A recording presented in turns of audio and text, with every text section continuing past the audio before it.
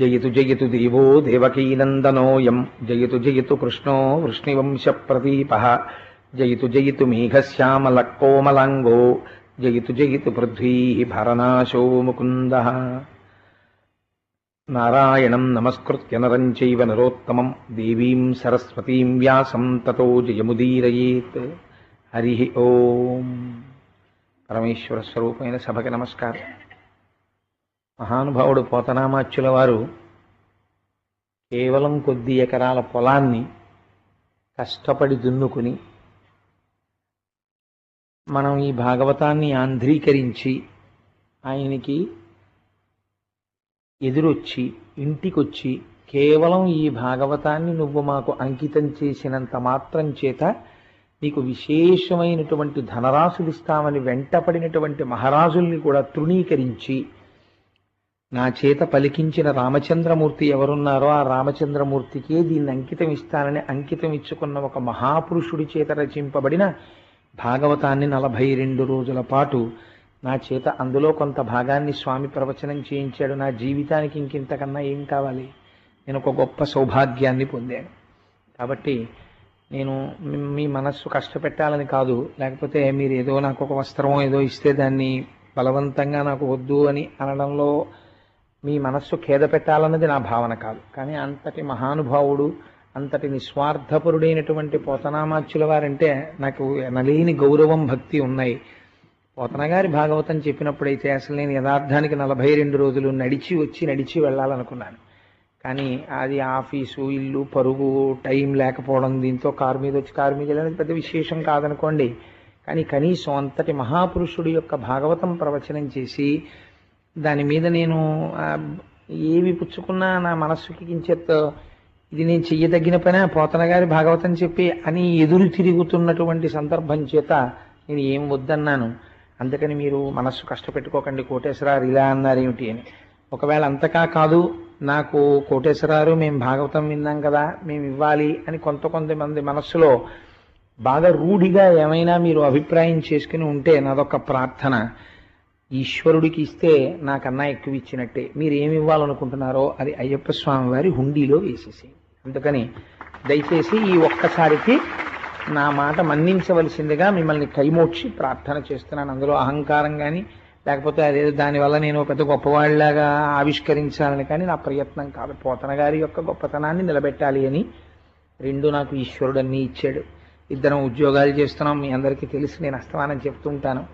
స్వామి నన్ను చతుర్భుజుండి చేశాడు, ఉన్నది 2 పిల్లలు, ఇద్దరం సంపాదిస్తున్నాం. ఏమిటి పట్టుకెళ్ళిపోతావు అని పురాణాల్లో చెప్పి నేను పట్టుకెళ్ళి ఏం దాచను.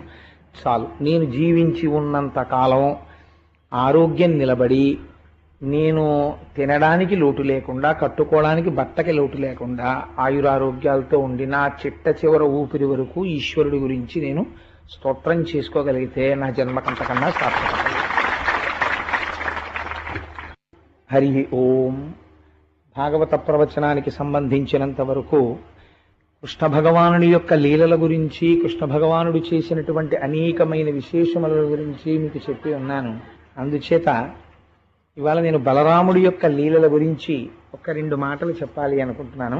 కాబట్టి ఆ బలరాముడు చేసినటువంటి కొన్ని లీలల గురించి ఇవాళ నేను మీకు విజ్ఞాపన చేసే ప్రయత్నం చేస్తాను. అందులో నేను స్కందము వరుస పాటించకుండా ఒక్కొక్కసారి అటు ఇటు అడుగు వేసే ప్రయత్నం చేస్తాను. నాకు ఈ కోరిక ఎందుకు పుట్టిందంటే, నిన్న దశావతారాల్లో బలరాముడిని చూసిన తర్వాత అయ్యో బలరాముడి గురించి నేను 1-2 మాటలు చెప్తే బాగుండేమో అని అనిపించింది. అందుకని ఇవాళ ఆ సబ్జెక్ట్ తీసుకునే ప్రయత్నం చేస్తున్నాను. దుర్యోధనుడికి ఒక కుమార్తె, ఆవిడ పేరు లక్షణ. ఆ లక్షణ అనబడేటటువంటి కన్యకి ఒకానొక సమయంలో వివాహాన్ని నిర్ణయం చేశారు.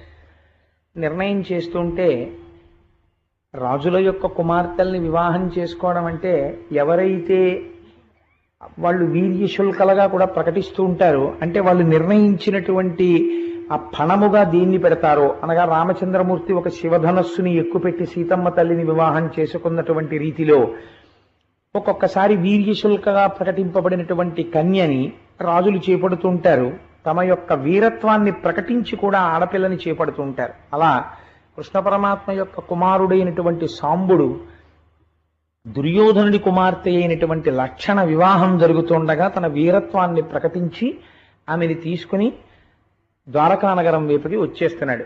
వచ్చేస్తుంటే దుర్యోధనుడు, మన దగ్గర ఉండేటటువంటి బలగాలు సామాన్యమైనటువంటి బలగాలు కావు, కాబట్టి వెంటనే భీష్మ, ద్రోణ, కర్ణ, కృపాచార్యుల వంటి అతిరథ మహారథులు ఉన్నటువంటి సేనా విభాగం మంది, ఇటువంటి వాళ్ళున్న చోట దుర్యోధనుడి కుమార్తె అయినటువంటి లక్షణని ఆ సాంబుడు తీసుకెళ్లడం, దాన్ని మనం ఉపేక్షించడం తగని పని, కాబట్టి అందరూ సైన్యంతో వెళ్ళి ఆయన్ని ప్రతిఘటించండి అన్నాడు. ఇంతమంది సైన్యం వెళ్ళి ప్రతిఘటించినా సరే ఒక్క సాంబుడు వాళ్ళందరితో ఎంత గొప్ప యుద్ధం చేశాడంటే, సాంబుడు వేసినటువంటి బాణముల చేత దెబ్బతిన్న కౌరవుల యొక్క శరీరములన్నీ కూడా పూచినటువంటి కింశుక వృక్షములలా కనపడ్డాయి. అంటే రక్తధారలతో తడిసిపోయి ఉన్నాయి. అటువంటి యుద్ధం చేశాడు. ఆ సాంబుణ్ణి ఓడించలేక అందరి వీరులు కలిసి ఏకకాలమునందు అభిమన్యుడి మీద దాడి చేసినట్టుగా వచ్చి సాంబుడి మీద పడ్డారు. పడి ఆయన ధనస్సు విరిచేసి, ఆయన అశ్వములను కూలత్రోసి, ఆయన సారథిని నిర్జించి, రథాన్ని పడగొట్టి, సాంబుడు తీసుకుపోతున్నటువంటి కన్య అయిన లక్షణని ఇద్దరిని బంధించి తీసుకొచ్చి దుర్యోధనుడికి అందజేశారు. ఆయన వాళ్ళిద్దరినీ ఖైదు చేశారు. ఈ వార్త ద్వారకా నగరానికి చేరింది. నారద మహర్షి వెళ్ళి చెప్పారు. చెబితే వెంటనే కృష్ణ భగవానుడు సర్వసైన్యములతోటి కూడా దుర్యోధనుడి మీద యుద్ధానికి బయలుదేరుతున్నాడు. బలరాముడికి కౌరవులంటే కించిత పక్షపాతం. ఎందుకంటే దుర్యోధనుడు తన దగ్గర శిష్యరికం చేసినవాడు. అందుచేత ఈ మాత్రం దానికి యుద్ధం వరకు ఎందుకు, ఇక్కడ ఉండేటటువంటి యాదవ పెద్దల్ని తీసుకుని నేను అక్కడికి వెడతాను, వెళ్ళి దుర్యోధనుడికి 4 మంచి మాటలు చెప్పి ఆ లక్షణని మళ్ళీ మన కోడలుగా తీసుకొస్తాను అని చెప్పి పెద్దలతో కలిసి రథం ఎక్కి బయలుదేరాడు. వెళ్ళి ఆ ఊరిలోకి ప్రవేశించకుండా ఊరికి మొగన, అంటే ఊరి యొక్క పొలిమేరలో ఉండేటటువంటి ఒక ఉద్యానవనంలో విడిది చేశారు. చేసి ఒక చెట్టు కింద కూర్చుని తనతో వచ్చినటువంటి మహాభాగవతులైనటువంటి వారందరూ చుట్టూ పరివేష్టిస్తుంటే నక్షత్ర మండలం మధ్యలో చంద్రుడు ఎలా ఉంటాడో అలా ప్రకాశించాడు బలరాముడు. ఆయన గురించి చెప్తూ పోతన గారు ఒక మాట అంటారు, బలము మిగుల కలుగ బలభద్రుడనిలోక రమణుడగుట చేసి రాముడనియు. బలరాముని యొక్క బలం అంతా ఇంత అని చెప్పలేము, అంతటి మహాబలవంతుడు. అందుచేత ఎప్పుడైతే ఆయన వచ్చి తన దగ్గర ఉండేటటువంటి ఉద్ధవుడిని నిరంతరము కృష్ణ భగవానుడితో ఉంటాడు. భాగవతంలో అవతార పరిసమాప్తి చేసే ముందు కృష్ణ భగవానుడు ఉద్ధవుణ్ణి పిలిచి వేదాంత బోధ చేస్తాడు. చాలా అద్భుతంగా ఉంటుంది అది. అందుకని ఆ ఉద్ధవుణ్ణి రాయబారిగా పంపారు. పంపితే ఆ ఉద్ధవుడు వెళ్ళి ఒక మాట చెప్పాడు, మీ అందరి చేత పూజింపబడవలసినటువంటి వాడైనటువంటి బలరాముడు పెద్దలైనటువంటి వారితో ఇవాళ ఈ పట్టణానికి విచ్చేసి హస్తినాపురానికి దూరంగా ఉన్నటువంటి ఒక ఉద్యానవనంలో విడిది చేసి ఉన్నాడు, కాబట్టి మీరు వెళ్ళి ఆయన్ని సేవించవలసింది అని చెప్పాడు. బలరాముడు వచ్చాడని తెలియగానే దుర్యోధనుడు కౌరవ పెద్దల్ని తీసుకుని ఉద్యానవనానికి వెళ్ళాడు. అర్ఘ్యపాద్యాదులు ఇచ్చాడు, వారిని సేవించాడు. కొంతమంది యొక్క ప్రవర్తన చాలా విచిత్రంగా ఉంటుంది. వాళ్ళు సేవించరా అంటే సేవిస్తారు, వాళ్ళు నమస్కారం చేయరా అంటే నమస్కారం చేస్తారు, వాళ్ళు భక్తితో ఉండరా అంటే చాలా భక్తిగా ఉంటారు. కానీ వాళ్ళ ధూర్తతనంలో మాత్రం ఇంత కూడా మార్పు ఉండదు, అంతే ధూర్తతనంతో ఉంటారు. అలాంటి వాళ్ళల్లో దుర్యోధనుడు ఒకడు. చాలా గమ్మత్తుగా ఉంటుంది ఆయన ప్రవర్తన. కాబట్టి అక్కడికి వచ్చి కూర్చొని బలరాముడిని పొగిడాడు. ఇంత సేవించిన తరువాత బలరాముడు అన్నాడు, నా తమ్ముడైనటువంటి కృష్ణ పరమాత్మ యొక్క కుమారుడైన సాంబుడు నీ కుమార్తె అయిన లక్షణని చేపట్టాలని ప్రయత్నం చేస్తుంటే నిగ్రహించి వాళ్ళని ఖైదు చేశావని తెలిసింది. అందుచేత నా కుమారుడు అనగా తమ్ముడు కుమారుణ్ణి కోడల్ని విడిచిపెట్టి నాతో పంపు అని అడిగాడు. అడిగితే వెంటనే దుర్యోధనుడు మాట్లాడిన మాట ఎంత చిత్రంగా ఉంటుందో చూడండి. చాలా ఆశ్చర్యంగా ఉంటుంది. కొంతమంది చాలా స్నేహంగా ఉంటారు, చాలా పెద్దరికాన్ని గౌరవించిన వారిలే ఉంటారు. కానీ ఒక్కొక్క సందర్భంలో వాళ్ళ ప్రవర్తన చూస్తే వీళ్ళు గౌరవంగా ప్రవర్తిస్తారనుకోవాలా, లేకపోతే అసలు సహజంగా చాలా మౌఢ్యం ఉన్న వాళ్ళు అనుకోవాలా అన్నది అర్థం కాదు. ఆ దుర్యోధనుడి ప్రవర్తన ఎలా ఉంటుందో చూడండి. అను మాటలు విని కౌరవ జననాయకుడు ఆత్మనలిగి చాలు బురే ఏమనగలదు కాలగతి చక్కన కాలం తొడుగు పాదుకలు తలకెక్కెన్ అన్నాడు. ఏం చెప్పనయ్యా బలరామ, కాలగతిని చూస్తుంటే ఆశ్చర్యంగా ఉంది. మేమెక్కడా, యాదవులు మీరెక్కడా, పశువుల్ని తోలుకునే వాళ్ళు మీరు, మీకు రాజ్యాధికారం లేదు, మీకు మా పిల్ల కావలసి వచ్చిందా? పోన్లే గురువు కదా అని చెప్పి ఉద్యానవనానికి వచ్చి గౌరవించి అర్ఘ్యపాద్యాదులు ఇచ్చానని నాకు ఉత్తరం వేస్తున్నావా? నా కూతుర్ని నీ ఇంటి కోడలి చేయనా? నీ మాటలు వింటుంటే నాకేమనిపిస్తోందో తెలుసా? కాలగతి అంటే ఇలా ఉంటుంది, ఇలా ఉంది. కాళ్ళకి తొడుక్కోవలసిన చెప్పులు తలకెక్కాలని కోరుకుంటే ఎలా ఉంటుందో నువ్వు కోరిన కోరిక అలా ఉంది. బలరాముణ్ణి ఉద్దేశించి ఇంత మాట అనడమే ఈ మాట అన్నాడు అని, మనము బంధువరసను మన్నించుమన్నను కాదే, రాజ్యభోగ గరిమ బొదలి వసుధ పేరు కలిగి వాసికి నిక్కుట తమకు ననుభవింప తగనియట్టి. అసలు యాదవులైనటువంటి మీకు రాజ్యాధికారం చేసేటటువంటి అధికారం లేదు యయాతి శాపం చేత. కానీ మీరు రాజులు ధరించేటటువంటి ఛత్రచామరాదులన్నీ ధరిస్తున్నారు, రాజభోగములనన్నిటినీ అనుభవిస్తున్నారు, ఇంతటి గౌరవాన్ని పొందారు. దేనివల్ల పొందారు? కృష్ణుణ్ణి చూసి కృష్ణుడని ఎవరూ గౌరవించలేదు, బలరాముణ్ణి చూసి బలరాముడని ఎవరూ గౌరవించలేదు. ఎందుకు గౌరవిస్తున్నారో తెలుసా? కౌరవులతో మీకు సంబంధం ఉంది కాబట్టి, ఏదో దుర్యోధనుడి గురువు గారని మాతో కొంత బంధుత్వం ఉంది కాబట్టి మిమ్మల్ని గౌరవిస్తున్నారు.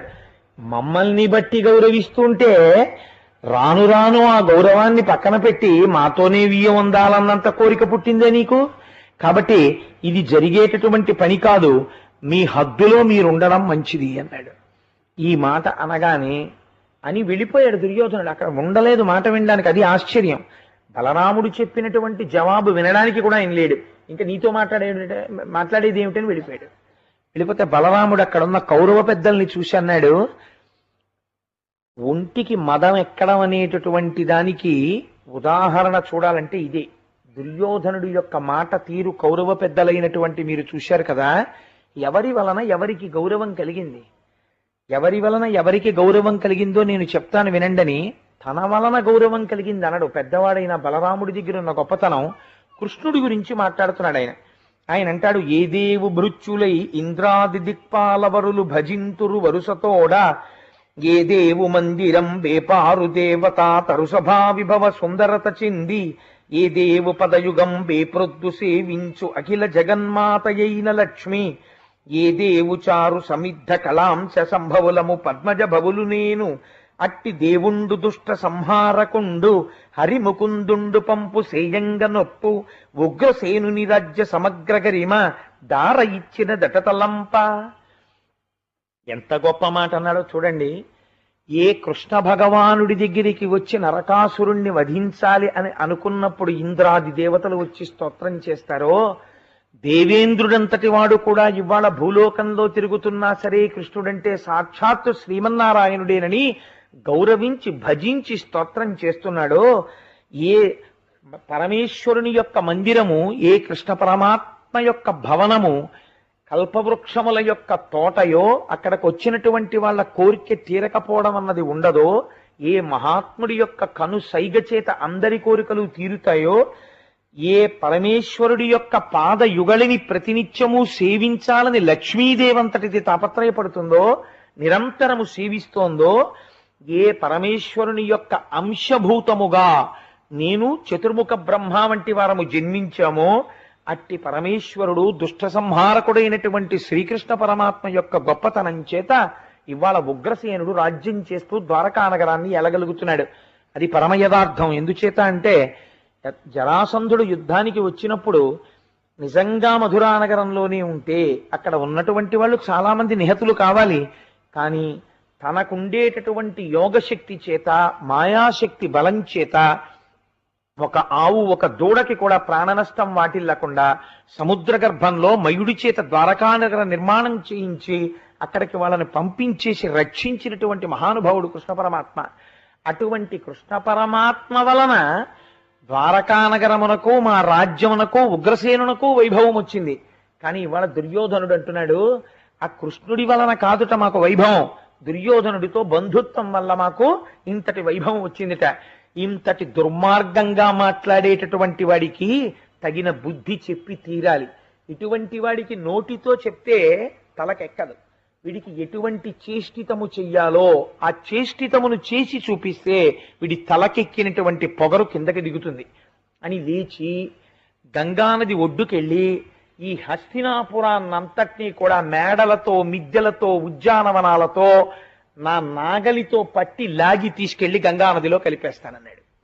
కలిపేస్తానని తన నాగలిని ఆ హస్తినాపురం నేల లోపలకంటా గుచ్చి లాగాడు.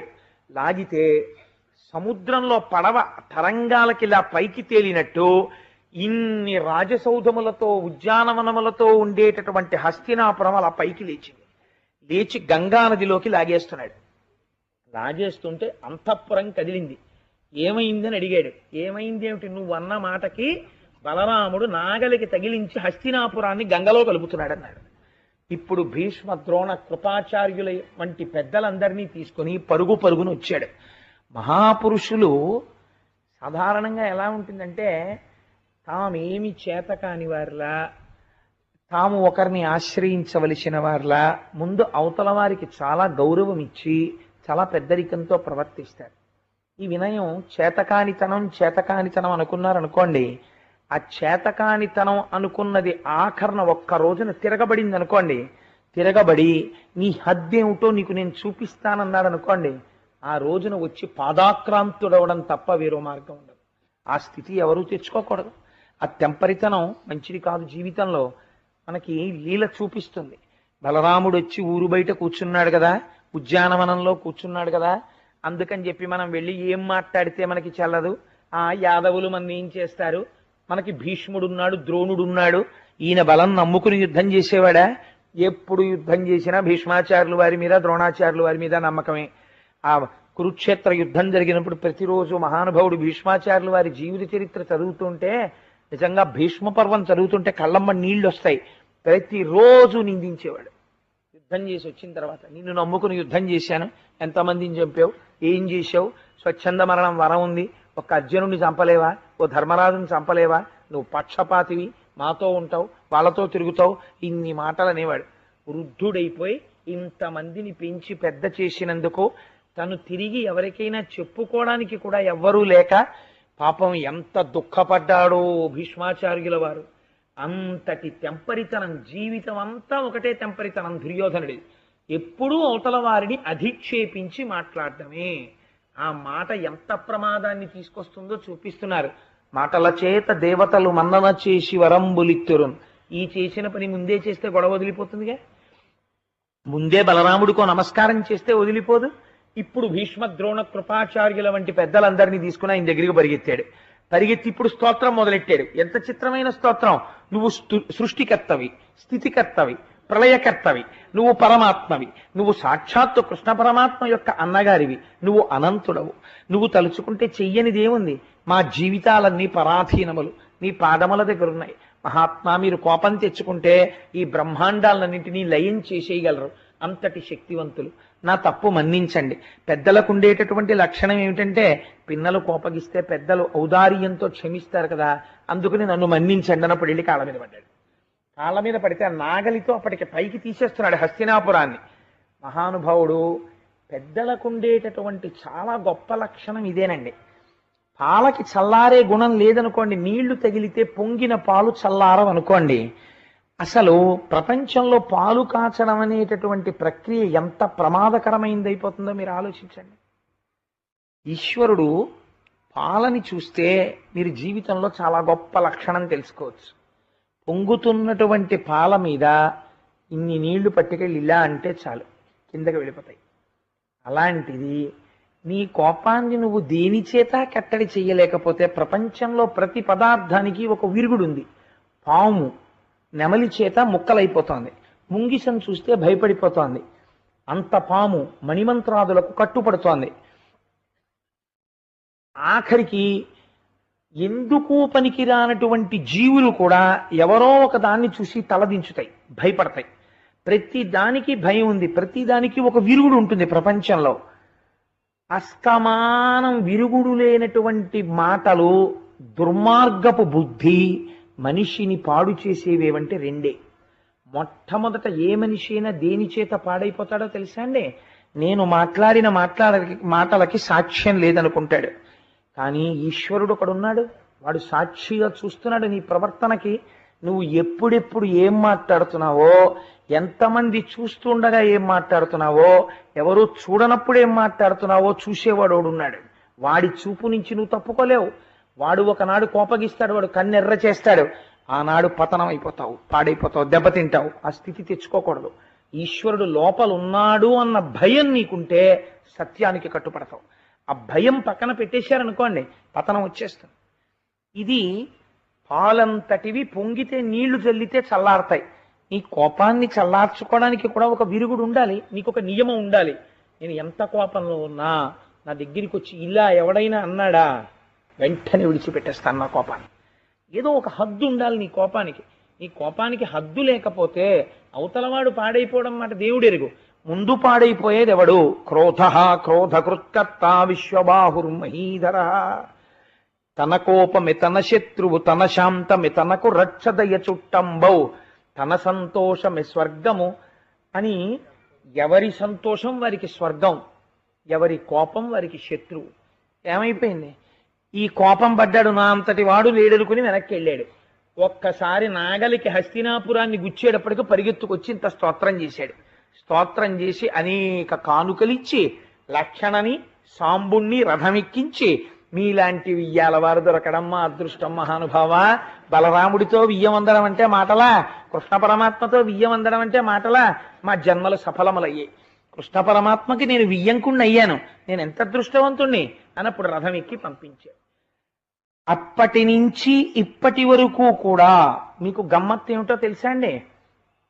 జీవితంలో ఈ విషయాన్ని బాగా జ్ఞాపకం పెట్టుకో అని చెప్పడం కోసమని హస్తినాపురం దక్షిణం వైపు ఎత్తుగా ఉంటుంది, ఉత్తరం వైపు పల్లంగా ఉంటుంది. ఎందుకని అంటే బలరాముడు ఆనాడు ఆ యుగంలో ఎత్తింది అలాగే ఉండిపోయింది. ఎందుకంటే సమస్త మానవాళికి ఒక పాఠం చెప్పడానికి. నోరు ఉంది కదా అని తెంపరి బుద్ధితో మాట్లాడేస్తే తర్వాత దుర్యోధనుడికి భీష్ముడు ద్రోణుడు ఉన్నాడు కాబట్టి ఎదురు నిలబడి తీసుకొచ్చారు. మహాపురుషులు ఉన్నారనుకోండి ఇంట్లో, వెనకవాడు ఆగడం చేసినా వాడు ఇలా పెట్టుకుని వచ్చాడు అనుకోండి చేతులు, పరమాత్మ కూడా లొంగిపోతాడు. మీకు అందుకే ఒక భాగవతులు ఇంట్లో పుట్టారనుకోండి, అందుకే 7 తరాలు అటు ఇటు చూడండి పిల్లనిచ్చేటప్పుడు అంటారు. ఎందుకు అడుగుతారో తెలుసా అండి ఆ మాట? 7 తరాలు అటు ఇటు చూడండి అని. 7 తరాలు అటు ఇటు చూస్తే ఆస్తి ఎంత ఉందని కోసం చూడరు. ఆయన ఒక మహాపురుషుడు అనుకోండి, ఆయన ఒక పరమ భాగవతుడు. కష్టం వచ్చినా సుఖం వచ్చినా ఈశ్వరుడితో జీవితాన్ని ముడిపెట్టుకోవడం అలవాటు చేసుకున్నవాడు. అటువంటి మహాపురుషుడు ఆ ఇంట్లో జన్మిస్తే ఆయన తర్వాత 3వ తరం నడుస్తోంది అనుకోండి, మునిమనవడు. ఇప్పుడు ఈ మునిమనవడికి పుత్రశోకం ఇవ్వవలసినటువంటి అవసరం వచ్చింది జాతకంలో. పరమాత్మ ఆ ఫలితాన్ని ఇచ్చేటప్పుడు ఆలోచిస్తారట. ఇప్పుడు వీడికి పుత్రశోకం ఇస్తే వీడికి 3 తరాల పైన వాడు ఉన్నాడు. వాడు పితృలోకంలో నా 3వ తరంలో ప్రమాదం వచ్చిందని వాడు బాధపడతాడు. వాడు బాధపడడానికి వీలు లేదని వాడి కోసమని వీడిని తప్పిస్తాడు. అందుకే ఒక్క మహాపురుషుణ్ణి 7 తరాలు అటు ఇటు చూసి సంబంధం కలుపుకోండి అంటారు. కారణం ఏంటి? ప్రహ్లాదుడు చేసినటువంటి పుణ్యానికి ప్రహ్లాదుని యొక్క కుమారుడైనటువంటి ప్రహ్లాదుని యొక్క వంశంలో జన్మించినటువంటి బలిచక్రవర్తి జోలికి శ్రీమన్నారాయణుడు వెళ్ళలేదు. దానం అడిగాడు తప్ప ఇలా చెయ్యి చాపి ఆయన జోలికి మాత్రం వెళ్ళలేదు. బలిచక్రవర్తి కుమారుడు బాణాసురుడు. అందుకే ప్రహ్లాదుడి మొహం చూసి బాణాసురుడి జోలికి వెళ్ళలేదు. బాణాసురుణ్ణి 4 చేతులతో విడిచిపెట్టి ఎవ్వరికైనా ఇచ్చాడండి అటువంటి వరాన్ని.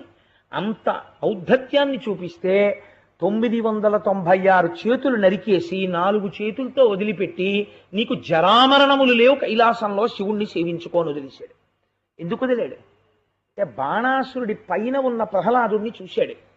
కనీసం ఒక్కడైనా నియమంతో మాట్లాడడం, సాత్వికమైనటువంటి మాట, చక్కటి అందమైన మాట, ఇక్కడ తాను ఏది నమ్ముతున్నాడో అదే మాట్లాడగలిగినటువంటి మాట, అటువంటి మాట మాట్లాడడం, కోపం వచ్చినప్పుడు ఆ కోపాన్ని మళ్ళీ ఉపసంహారం చెయ్యగలిగినటువంటి లక్షణం ఉండడం. ఈ 2 లేకుండా నోరుంది కదా అని మాట్లాడేస్తూ ఉండడం, నోరుంది కదా అందుకని కష్టం వస్తే మళ్ళీ పరిగెత్తి స్తోత్రం చేసేస్తూ ఉండడం. మాట్లాడినప్పుడు శుద్ధి లేదు, స్తోత్రం చేసినప్పుడు శుద్ధి లేదు. వాడు స్తోత్రం చేశాడని మీరు నమ్మచ్చు అనుకుంటున్నారేమో, వాడిని నమ్మడానికి వీల్లేదు. వాడు ఏదో ప్రయోజనం కోసం స్తోత్రం చేస్తాడు.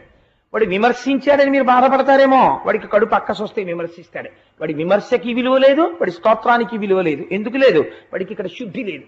ఇక్కడ శుద్ధి లేని వాడి స్తోత్రానికి కానీ, వాడి స్తుతికి కానీ, వాడి పొగట్టకి కానీ, వాడి విమర్శకి కానీ రెండింటికి విలువ లేవు. రెండూ సున్నే, పక్కన పెట్టేస్తారు పెద్దలు. ఎందుకు పెట్టేస్తారు? నీకు చిత్తశుద్ధి లేదు కనుక. ముందు చిత్తశుద్ధి తెచ్చుకుంటే నోటి వెంట వచ్చినటువంటి మాటకి గౌరవం ఉంటుంది.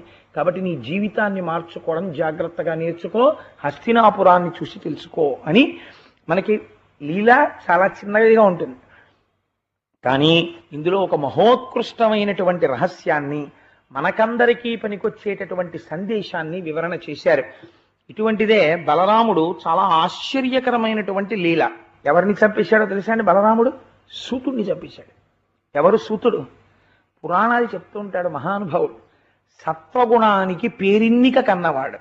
మీరు ఏ పురాణం చదవండి, వినాయక వ్రత కల్పం దగ్గర నుంచి ఏది చదవండి, నైమిషారణ్యమునందు శౌనకాది మహర్షులకు సూతుడు ప్రవచనంబు చేయుచు అని వస్తుంది. సూతుడు ఎప్పుడైనా ఎవరినో చంపేశాడనో, లేకపోతే సినిమా టికెట్లు బ్లాక్ లో అమ్మేశాడనో, సైకిల్ ఎత్తుకుపోయాడనో అలా ఏం ఉండవు సూతుడి మీద. సూతుడు ఎప్పుడు చెప్పినా భగవత్కథ చెప్తాడు. భగవత్కథ చెప్పుకునే సూతుడిని బలరాముడు చంపేయడం ఏమిటి అంటే, ఇంత మహాత్ముడు కూడా ఒకనాడు కోపాన్ని నిగ్రహించుకోకపోతే ఎంత పొరపాటు జరిగిపోతుందో చూపిస్తారు. ఎంత ఆశ్చర్యకరంగా ఉంటాయో చూడండి లీలలు. మహాపురుషులైన వారైతే దిద్దుకోగలుగుతారు, దిద్దుబాటును అడుగుతాడు. దుర్యోధనుడు లాంటి వాడు అడగడం. ఇంతే తేడా. వాడికి భీష్మద్రోణులు చెప్పారు, హస్తినాపురం గంగలో కలుపుతున్నారు కాబట్టి వచ్చాడు. నా తప్పని వాడు రాలేదు దుర్యోధనుడు. బలరాముడు అలా కాదు, నాది తప్పు అంటాడు. అది తేడా. ఇలా ఉండడం చేత మీరు పెరుగుతారండి. చాలా మంది దగ్గర నేను ఇవాళ ఒక గుణం చూస్తున్నాను. ఎస్పెషల్లీ నేను ఇలా అన్నానని మీరు అనుకోవద్దు, అది సంస్కృతిలో వచ్చేస్తున్నటువంటి తేడా ఏమో నాకు తెలీదు. ఇళ్లల్లో వాతావరణం ఎలా ఉంటుందంటే, ఒక తండ్రి తన వల్ల ఒక పొరపాటు జరిగింది అనుకోండి, భార్య ఏమండి మీరు ఇలా చేశారేమి అని అడిగింది అనుకోండి, అవును నాకు తప్పే, నేను అలా అనకుండా ఉండవలసింది, నాది పొరపాటే, నేను వేరొకసారి అలా అనకుండా చూసుకుంటాను, నాది తప్పే, నేను అలా అనకుండా ఉండవలసింది అని అన్నాడు అనుకోండి. కొడుకు కూడా ఎప్పుడైనా తప్పు చేస్తే, అవును నిజమే నాకు తప్పే నాన్నగారు, నేను అలా చేయకుండా ఉండవలసింది, నేను ఇంకా చెయ్యను నాన్నగారు అంటాడు. మీరు చూడండి, ఇంట్లో పెద్దలు ఎప్పుడూ బుకాయిస్తారు. నాకు ఒక ఆశ్చర్యకరమైన సంఘటన, నేను బీకాం చదువుకునే రోజుల్లో విశాఖపట్నంలో మా పక్క మాటలో ఒక ఆవిడ అద్దుకుండేవారు. ఆవిడ స్కూల్ టీచర్ గారు. వాళ్ళకు చిన్న పాప ఉండేది, జ్యోత్స్న అని. ఇప్పుడు కృష్ణుడి వేషం వేసి తీసుకొచ్చారే అలా ఉండేది. ఆ పాప మా ఇంటికి వచ్చి ఆడుకుంటూ ఉండేది. సాయంకాలం మేము కాలేజీ నుంచి వచ్చేసాక ఆడుకుంటోంది. మా అమ్మగారు నాకు అప్పుడే కాలేజీ నుంచి వచ్చాడు, వీడి పాపం ఎంత మేధోమధనం చేశాడు అని గ్లాస్తో పాలు అక్కడ పెట్టారు. గ్లాసులో పాలు అక్కడ పెడితే అది నన్ను చూడగానే మామయ్య మామయ్య అంటూ పరిగెత్తుకుంటూ వచ్చేసింది. వచ్చేస్తే దానికి కాలు తగిలి ఆ పాలు పడిపోయి, పాలు పడిపోతే నేను మా అమ్మగారు వచ్చి ఎరా పాలు పడిపోయాయా అన్నారు. అంటే నేను అన్నాను, ఏంటి అవునమ్మా పాలు పడిపోయాయి అన్నాను. అంటే అదేంది చిన్నపిల్ల, పాలు పడిపోలేదు అమ్మమ్మ గారండి, నేనే తన్నేశాను అంది.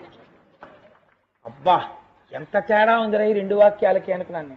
మీరు చూడండి, మనకు అబద్ధం ఎంత అలవాటు అవుతుందంటే, ఒకవేళ నా భార్య అక్కడ ఉండగా పొద్దున్నే కాఫీ ఇస్తే నేను కాఫీ గ్లాసు చూసుకోకుండా చేయి తగిలి పడిపోయింది అనుకోండి, ఏమిటండి అని అనుకోండి, కాఫీ పడిపోయింది అంటాను. కాఫీ ఎందుకు పడిపోతుంది? కాఫీని పడగొట్టేశాను అన్నం అంటే కాఫీ పడిపోయింది, ఎఫెక్ట్ చెప్తాం, రీజన్ చెప్పాం. అంటే అబద్ధం సంస్కృతిలో అంతగా అలుముకుంది. కాఫీ నేను సరిగ్గా చూసుకోకపోవడంలో నా చేయి తగలడం వల్ల పడిపోయింది అన్నాడు అనుకోండి, వాడు లోపల సత్యానికి అలవాటు పడుతున్నాడు, నిజమే చెప్పడానికి ప్రయత్నం చేస్తున్నాడు, అందుకని అలాగే వస్తుంది. అది కమ్ వాట్ మే, ఏదైనా జరగచ్చు కాక. ఏమిటండి పొద్దున్నే కాఫీ పంపేశారు అని అంటే అంది, పొరపాటు కదా, అందుకని చూసుకోలేదు, నా చేయి తగిలితే కాఫీ పడిపోయింది అండం వేరు, కాఫీ పడిపోయింది అండం వేరు, రెండింటికి తేడా లేదంటే. కాఫీ పడిపోయింది అన్నంలో కాఫీ ఎందుకు పడిపోతుంది, రోజు పడిపోతుంది. అబద్ధం అలవాటు అయిపోయింది ఇవాళ. మీరు ఈ స్థితి ఇవాళ దేశంలో మీరు చూడండి, మీరు ఎవరైనా పొరపాటు చేస్తే ఏమైనా అలా ఎందుకు చేశామని అడిగారు అనుకోండి, మీకు సాధారణంగా నిజమేనండి అది నా తప్పే, నన్ను క్షమించండి అని అనరు. అలా అంటే ఆ ఇల్లు, ఆ కుటుంబం గొప్ప సంస్కృతి వైపు నడుస్తున్నట్టు. అలా అనడం చేత అవతలవాడు మిమ్మల్ని చాలా వెర్రివాడి కింద చూశాడు అనుకోండి, చూడనివ్వండి, తప్పులేదు. కానీ నిజమేనండి, నాది పొరపాటు జరిగింది, నేను ఇంకొకసారి ఈ పొరపాటు చేయకుండా నన్ను ఈశ్వరుడు రక్షించి నా బుద్ధిని సక్రమంగా ఉంచాలి అని నేను అన్నాను అనుకోండి, నేను 10 మట్లు ఎక్కినట్టు, మీరు నన్ను అర్థం చేసుకున్నా చేసుకోకపోయినా. కానీ నేను అలా అనలేక బుకాయించాను అనుకోండి, బుకాయించడం అంటే సాధారణంగా ఏం చేస్తామంటే దానికి కారణాలు చెప్తాం. నేను చెయ్యాలని అనుకున్నాను ఏంటి, అప్పుడు ఆ పరిస్థితుల్లో అలా అయిపోయింది, అందుకని చెప్పి అలా చేయవలసి వచ్చింది, ఆ పరిస్థితిలో నువ్వున్నా అలాగే చేద్దు అంటే జరిగిన పొరపాటు పట్ల ఇక్కడ ఉంటుంది ఇది పొరపాటే అని వాక్యము చేత వాచికంగా అంగీకరించడానికి ఒప్పుకోడు. అలా అంగీకరించగలిగితే అండి ఉత్తర క్షణం ఈశ్వరుడు దాని వలన వచ్చిన పాపాన్ని తీయడానికి కావలసిన బుద్ధిని ప్రచోదనం చేస్తాడు. అప్పటికప్పుడు బుద్ధిలో ప్రచోదనం వస్తుంది, ఆ పాపం అంటకుండా ఉండడానికి కావలసిన ఫలితం. మీరు ఆ కోణంలో అవధరించండి దీన్ని. అంతేకాని ఏదో బలరాముడు ఎక్కడికో వెళ్ళాడు ఏదో చేశాడు అంటే ఎందుకంటే అది ప్రయోజనం ఏంటి? మీరు ఆ కోణంలో ఒకసారి పరిశీలన చేయండి.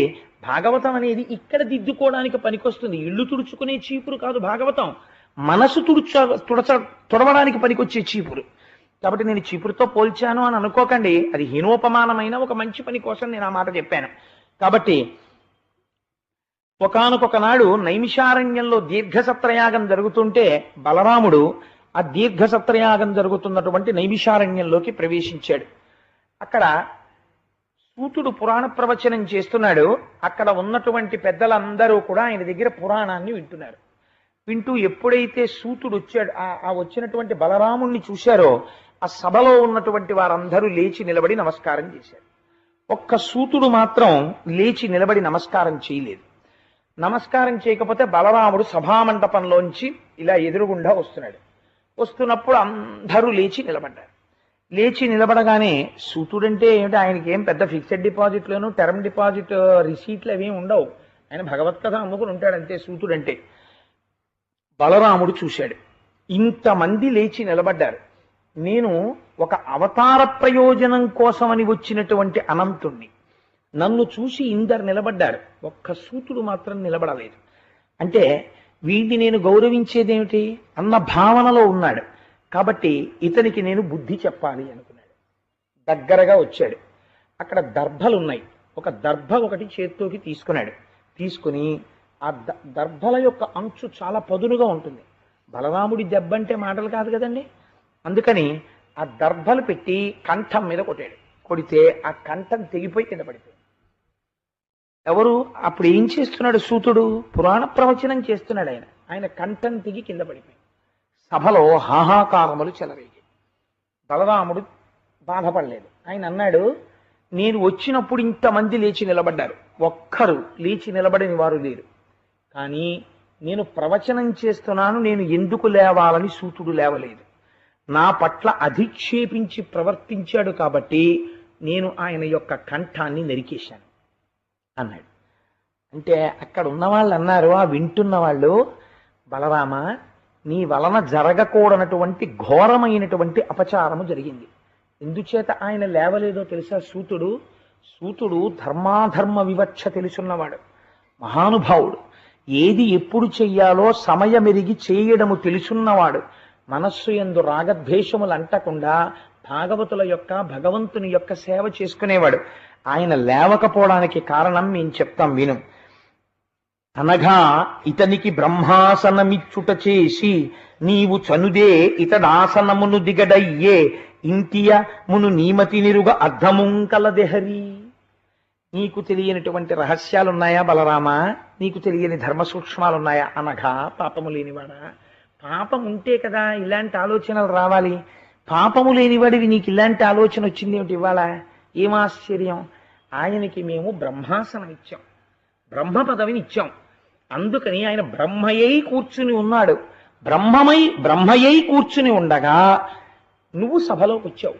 ఎవరు బ్రహ్మగా కూర్చుని ఉన్నాడో అటువంటి వాడు లేచి నిలబడవలసినటువంటి అవసరం లేదు. ఎందుచేత అంటే ఆయన మిగిలిన వారందరి చేత పూజింపబడుతున్నటువంటి పెద్ద ఆసనమనందున్నాడు. అందుచేత ఆయన మాత్రం లేచి నిలబడి నమస్కరించవలసిన అవసరం లేదు, కూర్చుని ఉండొచ్చు. అందుకుని కూర్చున్నాడు సూతుడు. సూతుడు ఎందు దోషం లేదు. కానీ నువ్వేం చేశావు? ఆయనకి మేము బ్రహ్మ పదవినిచ్చాం, బ్రహ్మాసనం వేసి కూర్చోపెట్టామని తెలియక ఆయన కుత్తుకు కోసేశాం. కాబట్టి ఇప్పుడు నిన్ను పాపం పట్టుకుంది. ఇది సామాన్యమైన పాపం కాదు, అటువంటి వాణ్ణి చంపావు. ఇందులో రహస్యాన్ని మీరు గుర్తెరగండి. ఈ పాపం చెయ్యని వాళ్ళు చాలా తక్కువ మంది ఉంటారు. నేను తరచు చూస్తూ ఉంటాను. మనం పేరు వదిలిపెట్టేస్తాం, వదిలిపెట్టేసి ఒక మాట అంటుంటాం. ఏమనంటే, ఎవరైనా మన ఇంట్లో పూజ చేయించి, ఒక సత్యనారాయణ వ్రతం చేయించి, లేకపోతే మన ఇంట్లో చెయ్యవలసినటువంటి చక్కటి క్రతువులన్నీ చేసేటటువంటి వారు ఉంటారు. వారిని ఏమని పిలుస్తాం? మా ఇంటి బ్రహ్మగారండి అంటాం. ఆయన వచ్చి పూజ చేయించేటప్పుడు ఆయన ఏం చేస్తాం? అయ్యా బ్రహ్మగారు, అయ్యా బ్రహ్మగారు అని పిలుస్తాం.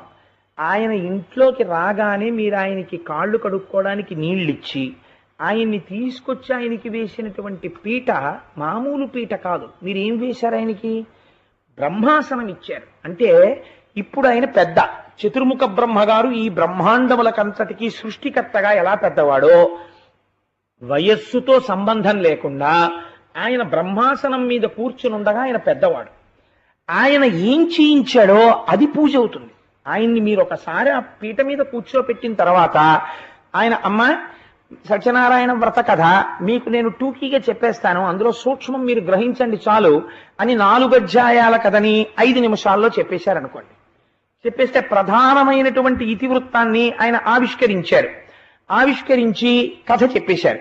నేను చాలా చోట్ల చూస్తుంటాను, చాలా ఇళ్లలో చూస్తుంటాను. ఒక పూజ ఏదో చేయిస్తారు. ఆ ఇంటికి వచ్చినటువంటి వాళ్ళు ఎవరో ఉంటారు, ఆ పూజ చూడ్డానికి వచ్చిన వాళ్ళు అంటారు, ఏమండి మేము మా మామయ్య గారి ఆడబడుచు ఇంటికి మొన్న వెళ్ళాం, వాళ్ళు ఇలా చేయించారు, వాళ్ళు ఇది కూడా నైవేద్యం పెట్టించారు, వాళ్ళు కొబ్బరికాయలన్నీ కొట్టేయాలన్నారు, అధ్యాయానికి 2 కొట్టాలన్నారు, మీరు ఒకటే కొట్టించారే. వెంటనే ఏమవుతుందో తెలుసా అండి? మీరు పూజ చేసిన పుణ్యం రాదు. బ్రహ్మస్థానమునందు కూర్చోపెట్టిన వాణ్ణి అధిక్షేపించి ఆయన చెప్పవలసింది నువ్వు చెప్పవలసింది. ఆయన నడువడి చేత, ఆయన ఉపాసన బలం చేత, ఆయన కూర్చున్న స్థానము వలన మీ పూజ పూర్ణత్వాన్ని పొందేస్తుంది. ఒక్కొక్కసారి వచ్చినటువంటి వాడు మహాపురుషుడై ఉంటాడు, ఆయన ఎంత పూజ చేయించాడు కాదు, ఆయన మీతో రామా రామా రామా అనిపించాడు అనుకోండి, మీకు పూర్ణసిద్ధి వచ్చేయచ్చు. చెప్పలే. నేను ఇందాక ఆ మాట అంటే నాకు జ్ఞాపకానికి వచ్చింది స్ఫురణకి. మా ఇంటికి సాయంకాలం సుబ్రహ్మణ్య శర్మ గారు వచ్చారు. వారు పరమ గురుభక్తి కలిగినటువంటి వారు వారి గురువు గారైనటువంటి కృష్ణావధానుల గారి గురించి మాట్లాడుతూ ఒక మాట చెప్పారు. కృష్ణావధానుల గారికి షష్ఠి పూర్తి చేసుకునేటటువంటి వయస్సు వచ్చింది, 60 ఏళ్ళు. వస్తే ఇంకా పుట్టినరోజు వచ్చింది అనుకోండి, వస్తే ఆయన దగ్గర వేదం చదువుకున్న వారు, ఆయనకి శిష్యులైన వారు, ప్రశిష్యులైన వారు, ఆయనతో అనుబంధము కలిగిన వారు, ఐశ్వర్యమునందు మితిలేని వారి దగ్గర నుంచి ఎందరో ఉన్నారు. కాబట్టి వారందరూ షష్ఠి పూర్తిని తెలిస్తే పంచల చాపలని అవని ఇవని ఏవో పట్టుకుని వస్తారు కదా. కాబట్టి ఆయన ఎంత చక్కటి పని చేశారో చూడండి. షష్ఠి పూర్తి ఉన్నది అనగానే ఒక 10 రోజుల ముందు ఎవ్వరికీ చెప్పకుండా ఇల్లు తాళం వేసుకుని ఓ సూట్ కేసు అట్టుకుని భార్యను తీసుకుని కాశీ పట్టణానికి వెళ్ళిపోయి ప్రతిరోజు భార్యతో కలిసి గంగానదిలో స్నానం చెయ్యడం, సంకల్పం చెప్పుకోవడం, గోపూజ చేసుకోవడం, చక్కగా విశ్వేశ్వరలింగానికి వెళ్ళి అభిషేకం చేసుకోవడం, 60 రోజులు భార్యతో వారణాసిలో గడిపి షష్ఠి పూర్తి చేయడానికి కుదరదు, గురువుగారు కాశీ వెళ్ళిపోయారు అనిపించుకున్న తర్వాత అప్పుడు తిరిగి భార్యతో తిరిగి ఇంటికి వచ్చేసారు. ఎంతటి మహాపురుషుడండి ఆయన! ఏ వేదమైన చదువుకున్నారో ఆ వేదాన్ని ఆచరణలోకి తెచ్చుకున్న బ్రాహ్మణుడు. నేను ఒక్క మాట విని తెల్లబోయాను. తుఫాన్ వచ్చినప్పుడు వారి ఇల్లంతా గాలికి ఎగిరిపోతే వారు అనుష్ఠానం చేసుకోవాలి. చంద్రశేఖర పరమాచార్య స్వామి గాంధీజీని కలవలసి వస్తే సత్యమే మాట్లాడుకోవాలి. ఇద్దరు పరమ పవిత్రమైన స్థానంలో కలుసుకోవాలి. ఎక్కడ కలుసుకోవాలి మన ఇద్దరం అంటే, చంద్రశేఖర పరమాచార్య స్వామి, మహాత్మా గాంధీ ఇద్దరూ కూర్చుని మాట్లాడుకున్నది ఎక్కడో తెలుసా అండి? గోశాలలో. అలా కృష్ణావధానులు గారు గోశాలలో కూర్చుని అనుష్ఠానం చేసుకుంటూ ఉంటే, దేవతార్చన చేసుకుంటూ ఉంటే, యానాల్లో రీజెన్సీ సిరామిక్స్ ప్రొప్రైటర్ గారు ఎవరో వచ్చి కృష్ణావధానుల గారితో ఏదో ముహూర్తం కోసం పని మీద వచ్చి, ఎక్కడున్నారు కృష్ణావధానుల గారు అంటే, గోశాలలో ఆవుల మధ్యలో కూర్చుని పూజ చేసుకుంటున్నారు. ఆయన ఏమిటండి ఇక్కడ కూర్చున్నారంటే, ఇల్లు గాలికి ఎగిరిపోయింది ఆ తుఫాన్కి అన్నారు. అయ్యయ్యో ఇదేమిటండి, మీరు యానం వచ్చి ఉండండి ఒక నెల్లాళ్ళు, మీకు ఇంద్రభవనం లాంటి ఇల్లు కట్టేస్తామన్నారట. అంటే ఆయన అన్నారు, నా ఇంటికి కొంచెం దూరంలో శివాలయం ఒకటి ఉంది, దానికి కార్తీక మాసంలో ఎవరో ఒక రాజుగారు ఒక్క ఆయన లక్షపత్రి పూజ చేస్తూ ఉంటారు. అప్పుడు మాత్రం పాపం ఆ పూజారి, ఆ అర్చక స్వామి, పూజారి అని అనకూడదు, ఎందుకంటే పూజారి అన్నదానికి రెండో అర్థం కొంచెం ప్రమాదకరంగా ఉంటుంది. పూజ అరి అంటే శత్రువు, పూజకి శత్రువు అయినా అని ఒక అర్థం వస్తుంది, కానీ పూజారి అనకూడదు, అర్చకుడు అనాలి. కాబట్టి ఆ పైన కొబ్బరాకులు వేస్తూ ఉంటాడు, 4 కర్రలు పెట్టి. అందుకని నువ్వేమైనా చేయగలిగితే నాకేముందయ్యా, నేను గోశాలలోనైనా ఉంటాను, అక్కడైనా ఉంటాను, మా శివాలయానికి ఒక చిన్న ముఖమండపం కట్టి ఆ శివాలయం బాగు చేయవయా, 10 మంది వచ్చి అభిషేకం చేసుకుని సంతోషిస్తారంటే ఆ శివాలయాన్ని పునర్నిర్మాణం చేశారు. ఎంత తృప్తికరమైన జీవితాలండి అవి. ఆ జీవితాలకి ఎక్కడైనా ఆశ కానీ కోరిక కానీ ఏమైనా ఉన్నాయా? అటువంటి ఒక మహాపురుషుడు మీ ఇంటికి వచ్చాడు అనుకోండి, ఒక పూజ చేయించడానికి. ఆయన్ని బ్రహ్మస్థానంలో పేటేసి కూర్చోపెట్టారనుకోండి. కూర్చోపెడితే ఆయన ఆచమ్య కేశవాయ స్వాహ, నాన్న చెయ్యి, ఆచమనం చెయ్యి అని సత్యనారాయణ వ్రతాన్ని ఒక 15 నిమిషాల్లో ఆయన చేయించారనుకోండి. నేనంట మీ జీవితంలో మీరు చేసుకున్న సత్యనారాయణ వ్రతం నిజంగా ఏమైనా ఉంటే అదే అంటాను. ఎందుకని అంటే బ్రహ్మస్థానము నుండి వచ్చేసింది ఫలితం. కూర్చున్నవాడెవరు?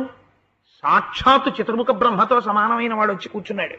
ఆయన ఉచ్చారణ చేత, ఆయన ఉపాసన బలం చేత, ఆయన ఒక్క మాట అలా అంటే ఈశ్వరుడు వచ్చి కూర్చోవలసిందే. బ్రహ్మస్థానం అంటే మీరు పేటేసి కూర్చోపెట్టిన తర్వాత అది పెద్దరికం. మీరు పెద్దరికం ఇచ్చారు కాబట్టి కూర్చున్నాడు ఆయన.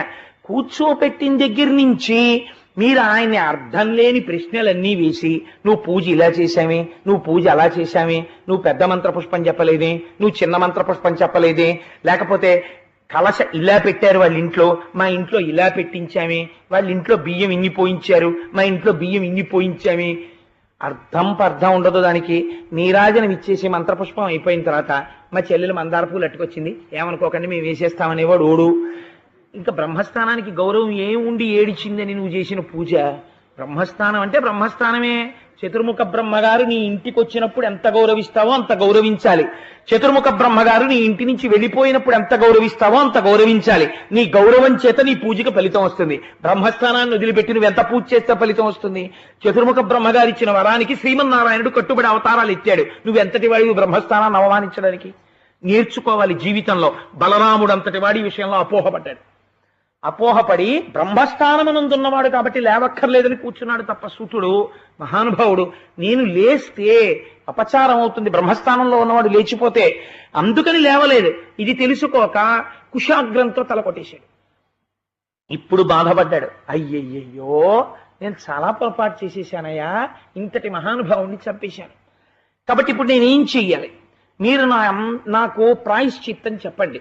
నన్ను ఈ పాపం కట్టి కుడిపేయకూడదు, నా వల్ల మహాపరాధం జరిగింది, నేనేం చెయ్యను అంటే వాళ్ళు అన్నారు, ఎంత గమ్మత్తుగా ఉంటాయో చూడండి.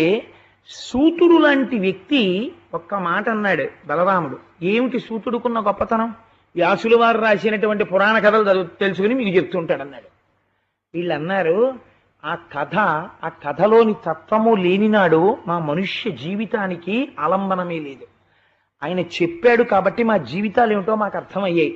అంతటి మహాపురుషుడిని పక్కన పెడితే నువ్వు ఏది చేసినా మాకు సరిపోదు, అందుకని నేను అనంతుడను అని నువ్వు అన్నావు కదా, ఆ ఈశ్వర శక్తితో సూతుడికి ప్రాణం పోయి మళ్ళీ అన్నాడు.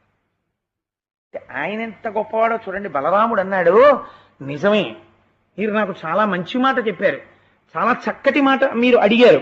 ఈ సూతుడు బ్రతకవలసిన వాడు, ఈయన లోకమునకు పనికొచ్చేవాడు, కాబట్టి ఈ సూతుడిని నేను బ్రతికిస్తాను. ఎలా బ్రతికిస్తానో తెలుసా? నా యోగశక్తి చేత బ్రతికిస్తాను. అలా ఇలా బ్రతికించను. మామూలుగా సూతుడికి ఇప్పుడు నేను బ్రతికించిన సూతుడికి ఎంత తేడా వస్తుందో చూడండి అన్నాడు. ఈ సుతునకి ఇప్పుడు మహాసత్వము ఆయువును అనామయమున్ విద్యా సామర్థ్యము కలిగి సుధీ సత్తములారా ఈ క్షితిన్ విలసిల్లున్. రోగం అంటే ఏమిటో ఉండదు ఇంకా సూతుడికి. అసలు బుద్ధి యందు ధారణాశక్తి చెడిపోవడం అంటే ఏమిటో ఉండదు ఇంకా సూతుడికి. అపారమైనటువంటి విద్యాబలంతో ఉంటాడు సూతుడు. శక్తి కలిగినటువంటి వాడై ఉంటాడు. అటువంటి సామర్థ్యములను సూతుడికి ఇచ్చి నేను మళ్ళీ పునః జీవితాన్ని ఇస్తున్నాను అని మళ్ళీ తన యోగశక్తితో బతికించాడు. సూతుడు లేచాడు. మనిషి చేసిన పొరపాటుకి బాధపడడం అంటే ఎలా ఉంటుందో చూడండి. ఇది ఇచ్చిన తరువాత అన్నాడు, నేను కొత్తగా చేసింది ఏముంది, మీకున్న సూతుడిని చంపేశాను, మీకున్న సూతుడిని ఇచ్చేశాను, అంతే కదండి. కొత్తగా చేసింది ఏమైనా ఉందా? నేను తరచు చెప్తుంటాను, రమణ మహర్షి ఓ మాట చెప్తుండేవారు, ఏమీ లేనివాడు ఇంట్లో ఉన్న చలివిడితో వినాయకుడిని చేసి పూజ చేసి నైవేద్యం పెట్టవలసి వస్తే ఆ చనివిడి వినాయకుడు పొట్టగిల్లేసి అక్కడ పెట్టి నైవేద్యం పెట్టేశాటే. అలా మీకున్న సూతుడే ఓ దర్భతో తెంపేశాను, మీకున్న సూతుడినే మళ్ళీ బతికించి ఇచ్చేశాను, ఏవో 2 గుణాలు ఎక్కువ ఇచ్చాను. అందుకు నా మనసు బాధ తీరలేదు నేను చేసిన తప్పు పనికి. మీరు ఇంకేమైనా అడగండి, నేను చేసి పెడతాను, చేసి పెడితే నాకు తృప్తిగా ఉంటుందన్నాడు. మహాత్ముల బుద్ధి అంతా, నేను అందుకనే 2 లీలలు పక్క పక్కన పెట్టాను. దుర్యోధనుడి బుద్ధికి బలరాముడి బుద్ధికి ఎంత తేడా ఉంటుందో చూడండి.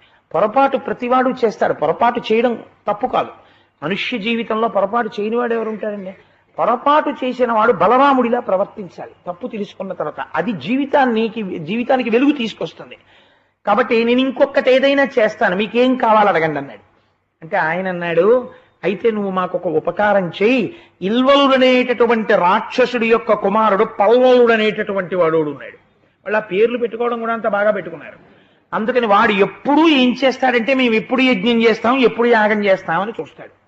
మేము ఇలా యజ్ఞం మొదలుపెట్టి ఆరణిమంధనం చేసి అగ్నిహోత్రం తీసుకొచ్చి యజ్ఞవేదిలో పెట్టి హవిస్సు ఇవ్వడం మొదలు పెట్టగానే వాడు పట్టుకుని వచ్చేస్తాడు ఆకాశంలోకి. మలమూత్రాలు రక్తము ఇవన్నీ పట్టుకొచ్చి అగ్నిహోత్రంలో వేసేస్తాడు.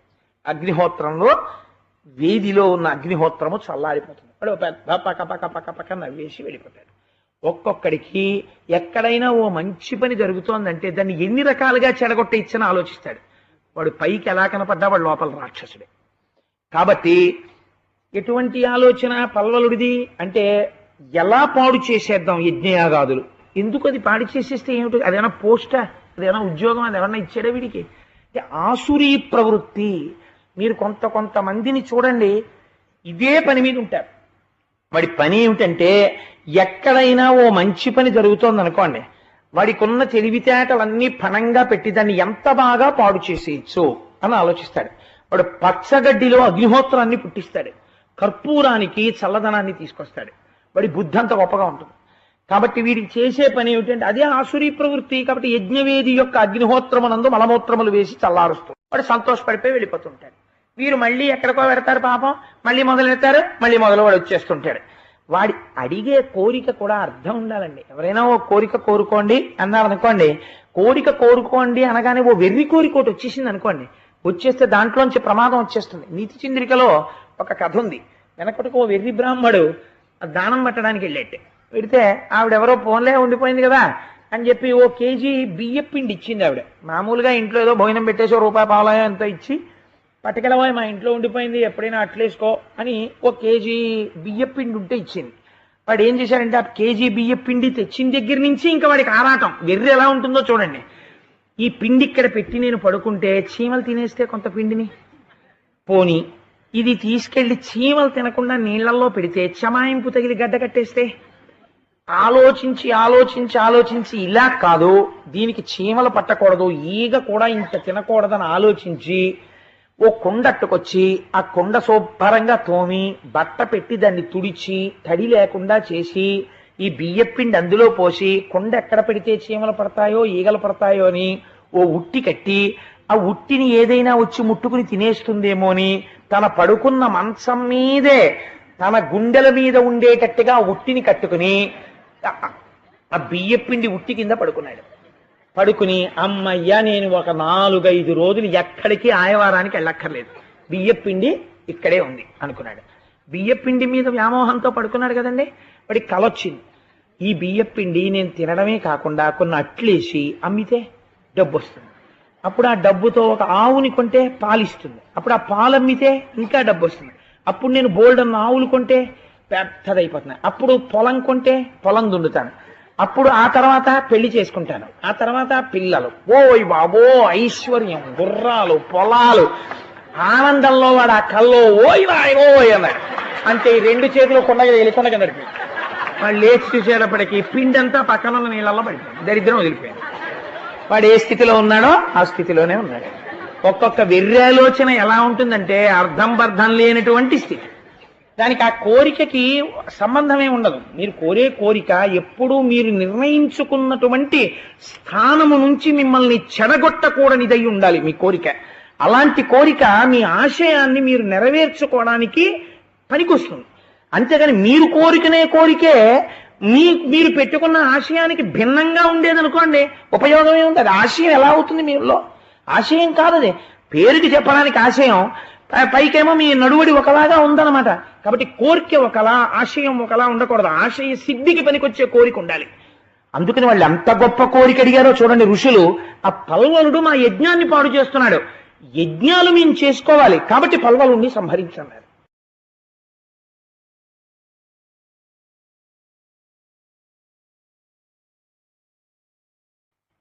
మనకి వృత్తాంతాలు చిన్నివిగా ఉంటాయి, కానీ జీవితాన్ని ఎలా సుగమం చేసుకోవాలో, ఒక లక్ష్యం ఎలా పెట్టుకోవాలో, పెట్టుకుని జీవితంలో ఎలా పైకి రావాలో, లక్ష్యం పెట్టుకోవడం చాలా తేలికండి.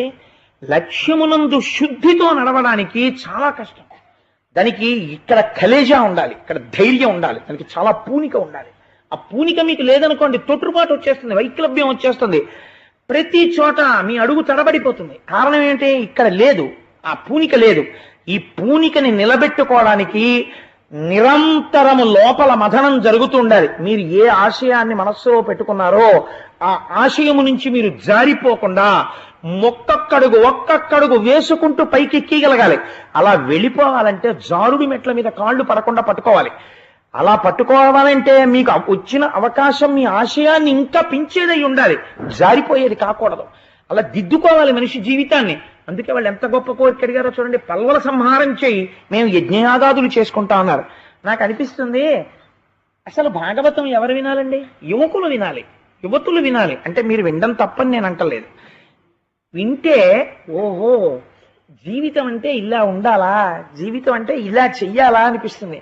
మీరు మహాత్మా గాంధీ గారు చూడండి, 1920వ సంవత్సరంలో సహాయ నిరాకరణోద్యమాన్ని ప్రారంభం చేశాడు. ఆయన చేసి 1942లో క్విట్ ఇండియా ఉద్యమం దగ్గరికి వచ్చేటప్పటికి మహాత్మా గాంధీ ఏది చెప్తే అది చేసేయడమే తెలుసు భారతీయులకి. ఆ స్థితికి వచ్చేసాడు ఆయన.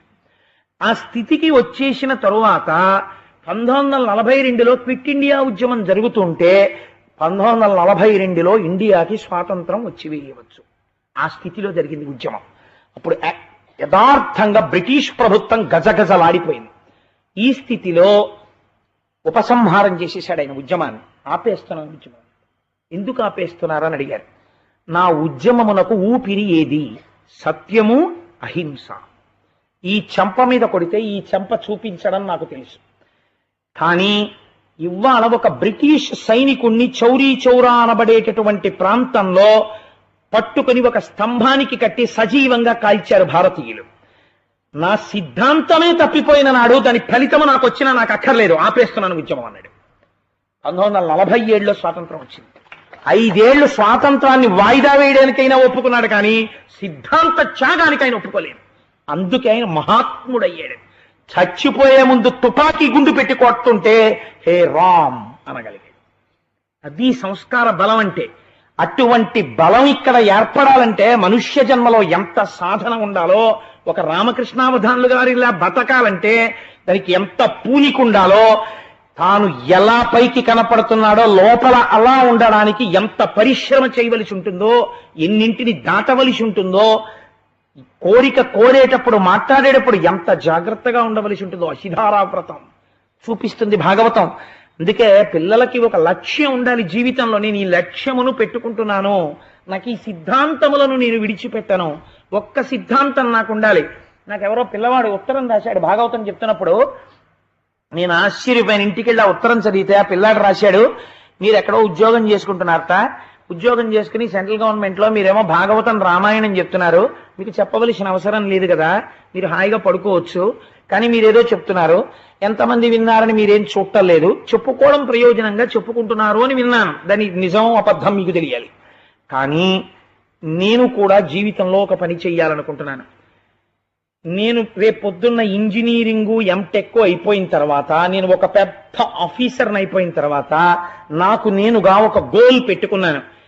ఈ దేశంలో పెద్ద పెద్ద చదువులు చదువుకోవాలనుకుని చదువుకోలేకుండా ఉండిపోయినటువంటి నిరుపేద కుటుంబాల్లో ఉన్నటువంటి ఒక నలుగురు ఐదుగురినైనా ఎంచుకుని వాళ్ళకి కావలసిన విద్యా సౌకర్యం ఇప్పించి వాళ్ళు పెద్ద అధికారులయ్యేట్టు నా జీవితంలో నా ఆర్జనలో కొంత వినియోగిస్తాను, నేను ప్రతిజ్ఞ చేశాను, నేను ఆదర్శాన్ని తీసుకున్నాను అని ఉత్తరం రాశాడు. నేను ఎంత సంతోషపడిపోయాను ఆ ఉత్తరం చదివి. మా దొరగారికి చూపించాను, దొరగారి ఉత్తరం చదవని దొరగారు ఎంత సంతోషపడిపోయాను అని.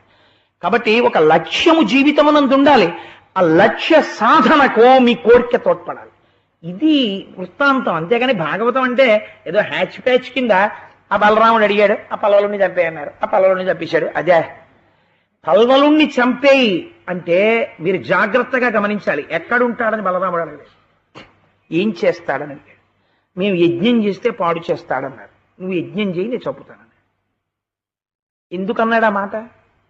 గభాలను ఇంతకు ముందు ఒకసారి తొందరపడి చంపేశాడు సూతుడిని. వీళ్ళు చెప్పారని చంపేసిన తర్వాత అలా అన్నాం కానండి అంటే అంటే దిద్దుబాటు అన్నది ఎలా ఉంటుందో చూడండి.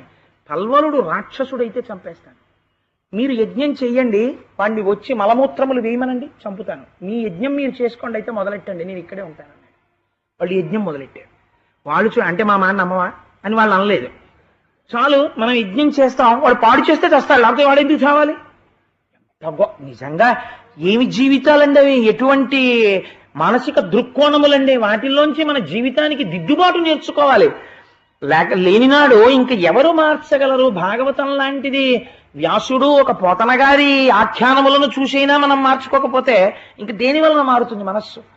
కాబట్టి వాళ్ళు యజ్ఞం చేయడం మొదలెట్టారు. వాళ్ళు ఏం పల్లవరుడికి కబురు చేయండి, వాడికి వినపడేటట్టు బాగా గట్టిగా చదవండి, లేకపోతే మళ్ళీ బలరాముడు వెళ్ళిపోతే వాడు చావడం అనలేదు. వాడు వచ్చి తప్పు చేస్తే చస్తాడు అని వాళ్ళు యజ్ఞం వాళ్ళు చేసుకుంటున్నారు. వాడు వచ్చాడు, వచ్చి మలమూత్రములు వేయడం మొదలుపెట్టాడు. బలరాముడు చూశాడు, వెంటనే వీడిని చంపడానికి పెద్ద అల్లరేమిట్రా అన్నాడు. ఎడం చేతిలో నాగలి తీసి వాడి తలకాయకేసి కిందకి లాగాడు. కుడి చేతితో రాకలు వచ్చుకుని తల మీద దెబ్బ కొట్టాడు. కొబ్బరికాయ బయలుపోయినట్టు టక్కని చచ్చిపోయాడు. ఎందువల్ల? కానీ మీకు ఈ లీల నేను ఇలాగే చెప్పాను అనుకోండి, అందులో మీరు పొందవలసిన అంటే మీరు మహాత్ములు, మీరు గ్రహించేయగలరు అనుకోండి. నేను ఇంకా చాలా గ్రహించుంటారు, నేనే తక్కువ అర్థం చేసుకున్నాను. కానీ ఎప్పుడు చంపాడు చూడండి, ఇందాక చంపడానికి ఇప్పుడు చంపడానికి ఎంత తేడా ఉంది బలరాముడి దగ్గర. కానీ ఎప్పుడూ ఋషులు మాత్రం అలాగే ఉన్నారు, సూతుడు మాత్రం అలాగే ఉన్నాడు. చచ్చి బతికిన సూతుడు నన్ను చంపేసేట మీరేనా అనో మాట అన్నట్టుగా పురాణాల్లో లేదు. సూతుడంటే అంతే, బ్రహ్మజ్ఞానముతో అలా ఉండేవాడు. కాబట్టి ఆయనకి శత్రుత్వం ఉందా? లేదు. ఆయన అగ్నిహోత్రంలా ఆయన ఉండిపోయాడు. తమ జీవితాల్ని ఋషులు ఉద్ధరించుకున్నారు. పల్వలుడు సంహరింపబడ్డాడు, బలరాముడు ఆనందాన్ని పొందాడు. ఇప్పుడు అన్నాడు బలరాముడు, పల్వలుణ్ణి చంపేశాను, మీరు యజ్ఞయాగాది క్రతువులు చేసుకుంటారు, కానీ ఇంకా నేను చేసిన పొరపాటు నన్ను వేధిస్తోంది. మీరు నాకు ఇంకా ఏమైనా చెప్పండి. నేను ఇతపూర్వం నేను చేసిన పాపము పోవడానికి ఈ పనులు చేశాను. అసలు ఇటువంటి పాపము నాలో ఉంటే కదా దుర్మార్గపు ఆలోచనలు వస్తున్నాయి. అందుకని నేను కొంత పుణ్యబలాన్ని సమకూర్చుకోవాలనుకుంటున్నాను. నేను కొన్నాళ్ళు ఏ మంచి పనులు చేస్తే నా మనస్సుకి ఈ వ్యగ్రత ఉండదో నాకు అటువంటి మంచి పనులు ఏమైనా చెప్పండి అని అడిగాడు. 12 నెలలు ఇంటి ముఖానికి వెళ్లకుండా దేశమంతా తిరిగి పుణ్యతీర్థాలన్నిటిలో స్నానం చేయి, నీ మనస్సు ప్రశాంతత పొంది పుణ్యమును పొంది సత్వగుణాన్ని పొందుతావు. సత్వగుణాన్ని పొందడం అంటే బలరాముడికి లేదా అని కాదు, మనస్సునందు పాపపుటాలోచన అహంకారము పైకి రావు, వినయంతో నిలబడగలుగుతావు బలరామా, తీర్థములయందు స్నానం చెయ్యి అన్నారు. అంటే అప్పుడు బయలుదేరి స్నానానికి వెళ్ళాడు. వెళ్ళి తీర్థములన్నిటా స్నానం చేశాడు. మీరు చూడండి, ఇవాళ మన పరిస్థితి ఎలా ఉంటుందంటే స్నానానికి వెడతాం, వాడు వెంకటాచలంలో దిగుతాడు. వాడు వెంకటాచలంలో దిగిన దగ్గర నుంచి వాడు ఆలోచన దేని మీదంటే భీమాసులో టిఫిన్ బాగుంటుందా లేకపోతే అర్జునాసులో టిఫిన్ బాగుంటుందా. అన్నమాచారుల వారికి అదిగో అల్లదిగో శ్రీహరివాసము కనపడింది, నీకంతా కనపడకపోతే పోనీ వచ్చిన నష్టమేం లేదు. కానీ వీడి ప్రయత్నం అంతా ఎంత అమ్మయ్య ఏడుకొండ, మీరు అంతవరకు ఎందుకండి, నేను ఒక్క మాట అన్నానని మీరు మరోలా అనుకోవద్దు, నన్ను క్షమించండి, నేను ఇంత కఠినమైన మాట వాడేశానని. వెంకటాచల క్షేత్రంలో చెప్పులేసుకోకుండా తిరిగేటటువంటి వాళ్ళు ఇవాళ ఎంతమంది ఉన్నారు పక్కన పెట్టేయండి. జీవితంలో వెంకటాచల క్షేత్రంలో నువ్వు అడుగు పెట్టావు, కనీసం తిరుపతి పట్టణంలోకి అడుగు పెట్టగానే ఆ తిరుపతి పట్టణంలో రామానుజాచార్యుల వారు తిరిగారు, తిరుమల నంబి తిరిగారు, అన్నమాచార్యుల వారు తిరిగారు, ఎందరో మహాపురుషులందరూ తిరిగినటువంటి ప్రాంతం. అక్కడ నువ్వు తిరుగుతున్నావు. కనీసం చెప్పులు వేసుకోకుండా తిరగలేనంత చెప్పుల మోజు పెంచుకున్న చెప్పుని అని ఒక్కసారి చెప్పులు ఇప్పి తిరుపతి గడ్డ కళ్ళకద్దుకోవడం కూడా తెలియని సంస్కృతిలో మనం ఇవాళ ఉంటే పుణ్యం వచ్చేయి అంటే ఎక్కడి నుంచి వచ్చేస్తుంది? రైలు దిగిన వాళ్ళల్లో ఎంతమంది తిరుపతిలో దిగగానే ఒక్కసారి చెప్పులు ఇప్పి ఇంత మహాక్షేత్రంలోకి నేను వచ్చానని ఒక్కసారి కళ్ళకద్దుకుని నమస్కరించి తప్పక చెప్పులు వేసుకుంటున్నానని మళ్ళీ చెప్పులు వేసుకుంటారో నాకు చూపించండి. యద్భావం తద్భవతి. ఇక్కడ ఉంటే కదా ముందు అసలు అది చేసేది. మీరు ఒక్కసారి తిరుపతి రైల్వే స్టేషన్ ముందు నిలబడి అలా చూడండి, ట్రైన్స్ వచ్చినప్పుడు చాలా క్యాజువల్గా యాజ్ దో అర్చనానంతర దర్శనం టికెట్ ఉంది కాబట్టి, కాటేజీ బుక్ అయిపోయింది కాబట్టి, ఎవడి కోసం దర్శనం ఇవ్వడు వెంకటేశ్వర స్వామి ఇస్తాడు. 100 రూపాయలు పెట్టి కొనుక్కున్నాం, ఇచ్చి తీరుతాడు దర్శనం. 100 ఇచ్చిన వాడెవరు? ఈ ఆలోచన ఉండదు. ఇలా తెంపరితనంతో బయలుదేరి తెంపరితనంతో తిరుమల వెడుతూ అనేకాలు పోగొట్టుకుని బుద్ధులు తెచ్చుకున్న కుటుంబాలు ఎన్నో నాకు తెలుసు. కాబట్టి ఈశ్వరుడి విషయంలో ఎక్కడ మనకి నిబద్ధత ఉన్నది? ఆ నిబద్ధత అవసరం. ఓ పుష్కరిణిలో స్నానం చేయరా అన్నాం అనుకోండి, స్వామి పుష్కరిణిలో నీళ్ళండి ఏదో వాసన అంటాడు. వీడు చేసేసే స్నానాలన్నీ చాలా గొప్ప స్నానాల్లాగా. అయ్యో ఇది స్వామి పుష్కరిణి, నా జీవితంలో ఇన్నాళ్ళకి నేను ఇందులో స్నానం చేస్తున్నాను అనడం. మీరు నదిలో స్నానం చేయమన్నారు అనుకోండి, మీరు కాశీ అన్నారు అనుకోండి, అబ్బా ఏమి కాశీ అండి అనడం. కాశీ అంతా వాటర్ పొల్యూషన్ అయిపోయిందండి అంటాడు. ఇప్పుడు అమ్మ బాబోయ్ అసలు నిజంగా ఆ ఉచ్చారణే వీడు లండన్లో పుట్టినట్టుంటుంది. గోదావరి ఎక్స్ప్రెస్ అంటాడు, గోదావరి ఎక్స్ప్రెస్ అండవాడు అసలు.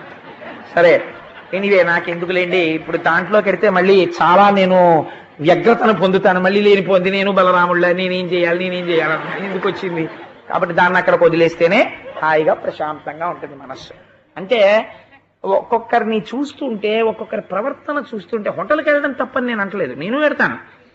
కానీ ఆ ఒక మన్నన, ఒక మర్యాద ఉండాలి కదా. ఒక క్షేత్రానికి వెళ్ళినప్పుడు అసలు కనుమరుగైపోతున్నాయి. ఏమిటో ఎక్కడికి వెళ్ళినా రాక్షస ప్రవృత్తే తప్ప ఏమిటా ఇలాగైపోయింది ఈ ప్రపంచం అసలు ఇంత అసహ్యంగా. నేనండి మీకు ఇలా సభాముఖంగా నేను చెప్పచ్చో చెప్పకూడదో నాకు తెలియదు, కానీ నా కడుపు మండిపోయిన సంఘటన ఒకటి మీకు చెప్తాను, మీరు అవధరించండి. నేను తప్పు మాట్లాడానేమో మీరు చెప్పండి. ఒకవేళ నేను తప్పు మాట్లాడుంటే మీరు నన్ను ఈ సభలోనే చెప్పండి, కోటేశ్వరరావు మీ అభిప్రాయం తప్పని. నేను కాశీ వెళ్ళాను. కాశీ వెళ్ళి ఎందరో ఆడవాళ్ళు స్నానం చేస్తుంటారు. అక్కడ పడవలు తోలేవాళ్ళు ఎవరో కాదు, మనవాళ్ళు.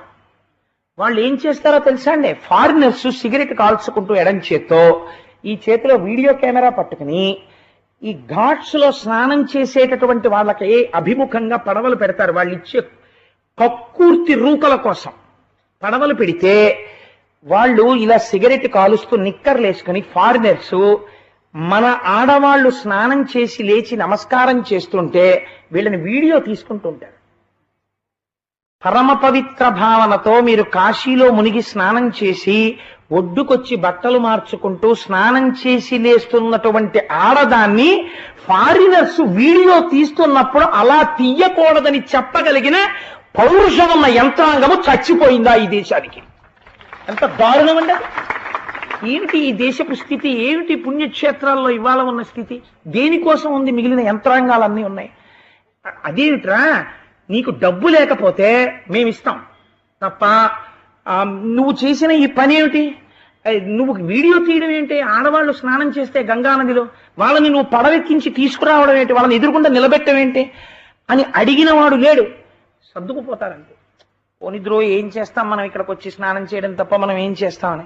ఎందరు తల్లులు అలా తడిసిపోయిన బట్టలతో బట్టలు మార్చుకుంటూ వాళ్ళ వీడియో కెమెరాల్లో ఉన్నారో మనకి తెలియదు. నేను అబద్ధం చెప్పానని మీరు అనుకుంటే మీరు కాశీ వెళ్ళినప్పుడు చూడండి, కోటేశ్వరరావు అబద్ధం చెప్పారేమో. ఇవి జాతి సంస్కృతికి చీడపురుగులు కావండి. యుద్ధం చెయ్యవలసి వస్తే దీని మీద యుద్ధం చెయ్యాలి, దీని మీద పెద్దలు ఉత్తరాలు రాయాలి, దీని మీద పెద్దల్ని నిలదీయాలి, దీన్ని మీరు ఎందుకు మార్చారని అడగాలి. ఈ మార్పు లేనప్పుడు, ఈ మార్పు కోరుకోనప్పుడు యాంత్రికంగా మనం ప్రవర్తిస్తే మన సంస్కృతి, మన సంప్రదాయాలు ఎలా నిలబడతాయి? కాబట్టి మీరెవరేం అనలేదు కాబట్టి నా అభిప్రాయం తప్పు కాదని నేను అనుకుంటున్నాను. కాబట్టి ఆనాడు బలరాముడు, నేను ఇందాక ఒకసారి బ్రేక్ వేద్దాం అనుకున్నాను, అలా వెళ్ళిపోతుంది అది. కాబట్టి బ్రేక్ కాదు, ఇంజిన్ ఆపేశాను. కాబట్టి ఆ పల్వలుడి కొడుకైనటువంటి ఇల్వలుణ్ణి గగనమునంచెరించు సురకంఠకు కంఠము చేతి నాగటం తగిలిచి రోకలెత్తి బెడిదంబడరన్నడులెత్తి మొత్తినన్ భుగభుగనెత్తురొల్క ఇలా బొరగిలంబడి వజ్రధారచే తెగి ధరకూలు భూరి జగతీధరమున్ బురిడింప పెట్టుగాన్. ఆ రోకలతో ఒక్క దెబ్బ కొట్టే నెత్తురు బుగ బుగ బుగ బుగ కక్కుకుంటూ ఆ పల్వలుడు మరణించాడు. తదనంతరము ఏం చెయ్యాలంటే, తీర్థముల యందు స్నానం చెయ్యమంటే ఆ మనస్సు శాంతిని పొందడానికి 12 నెలలు భారతదేశమంతటా పర్యటించి తీర్థముల యందు స్నానం చేశాడు బలరాముడు. మనం ఎందుకు వెళ్ళాలో, తీర్థాలకు ఎందుకు స్నానం చేస్తామో, ఎటువంటి మనశ్శాంతి పొందాలో మహానుభావులు చిన్నదైనా సరే ఇంత పరమ పవిత్రమైనటువంటి ఈ ఆఖ్యానమునందు పొందుపరచారు. నేను మీకు చాలా చెప్పేద్దాం ఇవ్వాలనుకున్నాను, నాకు ఆశ ఎక్కువ, పీక సన్నం. అందుకని నేను ఇవాళ ఇంకొక విషయాన్ని మాత్రమే ప్రస్తావన చేసి వాటి ప్రసంగాన్ని పూర్తి చేస్తాను. ఇదొకటి మనం జీవితంలో చాలా జాగ్రత్తగా తెలుసుకోవలసినటువంటి సత్యం. ఆ పోతన గారు అంటారు, భాగవతాన్ని ఆంధ్రీకరిస్తూ, అంటే అది వ్యాసుడి మాట అనుకోండి, నాకు పోతన గారి మాట 10 మాటలు ఎత్తడం సంతోషం. ఎందుకంటే బోర్డు అలా పెట్టాం, నేను పోతన గారి భాగవతం గురించి ప్రస్తావన చేస్తున్నాను కాబట్టి అలా అంటున్నది వ్యాసుడి మాటే, వారు ఆంధ్రీకరించారు. పోతన గారి మాటకి వ్యాసుల వారి మాటకి తేడా ఏం లేదు. కనుక ఆ పోతన గారు అన్నారు, ప్రపంచమునందుండేటటువంటి మనుష్యులు 2 రకాలుగా ఉంటారు అన్నారు. నాకు నిజంగా భాగవతం చదువుతున్నప్పుడు ఈ వాక్యం ఒకటి, నిన్న నేను ఇక్కడ ఆ గోవింద పట్టాభిషేకంలో ఉన్నాను, కానీ నాకు ఒక వాక్యం ఒకటి అలా రాత్రి పడుకున్నా కూడా నన్ను మధిస్తూనే ఉంది. ఈ ఒక్క వాక్యము మనుష్య జన్మ బాగు చేసుకోవడానికి చాలదా భాగవతంలో అని. సరే, ఆ వాక్యం ఏమిటి అన్నది ఎప్పుడైనా ఓ సందర్భంలో చెప్తాను మీకు, బహుశా రేపే చెప్పచ్చు అవకాశం ఉంటే. కాబట్టి ఆ పోతన గారు అంటారు, 2 వర్గములుగా ఉంటారు మనుష్యులు. ఒకటి, కోరికలు కోరుతారు. కోరికలు కోరడం తప్పు అని పరమేశ్వరుడు కూడా చెప్పలేదు. ఎందుచేత అంటే, తండ్రిని కాకపోతే కొడుకు ఎవరిని అడుగుతాడు చెప్పండి? తండ్రి కొడుకు పుట్టి, నాన్నగారండి నాన్నగారండి మీ చెయ్యి పట్టుకుని నడుస్తానండి అన్నాడు అనుకోండి, చీ దుర్మార్గుడా అంటాడా? అనడం. అది సహజమైన కోరిక. నాన్నగారండి మీతో స్కూటర్ మీద వస్తానంటాడు, నాన్నగారండి నాన్నగారండి నేను సభకు వస్తానంటాడు. వాడు రావచ్చా రాకూడదా వేరే విషయం, వాడు అన్నింటికీ వచ్చేస్తానంటాడు. ఎవరిని అడగాలి? కోరిక తండ్రిని అడగాలి. అందుకే ఆయన కూడా ఒక మాట అన్నాడు, ఆర్తి జిజ్ఞాసురర్థార్థి అన్నాడు భగవద్గీతలో. నన్ను కాకపోతే ఎవరు అడుగుతారయా, పిల్లలు నన్ను కోరికలు కోరచ్చు, నేనేం అనుకోనన్నాడు. కానీ మనుష్యులు తమ నడువడి చేత 2గా అయిపోతారు. ఎవరో తెలుసా అండి? ఒకరు ఈశ్వరుణ్ణి కొన్ని కోరికలు కోరుతారు. ఆ కోరికలు కోరిన తర్వాత వాళ్ళు ఒక స్థితికి వెళ్ళిపోతారు. వెళ్ళిపోయిన తర్వాత ఆ కోరికలతో ఒక స్థితికి వెళ్ళిపోయిన తర్వాత మళ్ళీ వాళ్ళు ఏవి పొందారో వాటిని ఒక్కొక్కదాన్ని పోగొట్టుకుంటుంటారు. మీరు దీన్ని చాలా జాగ్రత్తగా అర్థం చేసుకోవాలి జీవితానికి సమన్వయం చేసుకునేటప్పుడు. ఇది కూడా ఈశ్వరానుగ్రహమే అని మనిషి అంగీకరించడానికి ఇష్టపడడు. అలా ఎవడిష్టపడుతున్నాడో వాడు నా అనుగ్రహాన్ని పొంది మోక్షాన్ని పొందుతున్నాడు అన్నాడు నారాయణుడు. రెండవ వాళ్ళెవరు అంటే, కోరికలు కోరుకుంటారు. కోరుకుని నేను ఇచ్చినటువంటి కోరికలు అంటే నేనే వేరొక రూపముతో కోరిక తీర్చిన తరువాత ఆ కోరిక నేను ఇచ్చాననగానే నన్నే మర్చిపోతారు వాళ్ళు. ఫస్ట్ ముందు మర్చిపోయేది ఎవరినంటే నన్నే. లేకపోతే ఆ కోరికతో ఎవరి మీదకి వస్తారంటే నా మీదకే వస్తారు.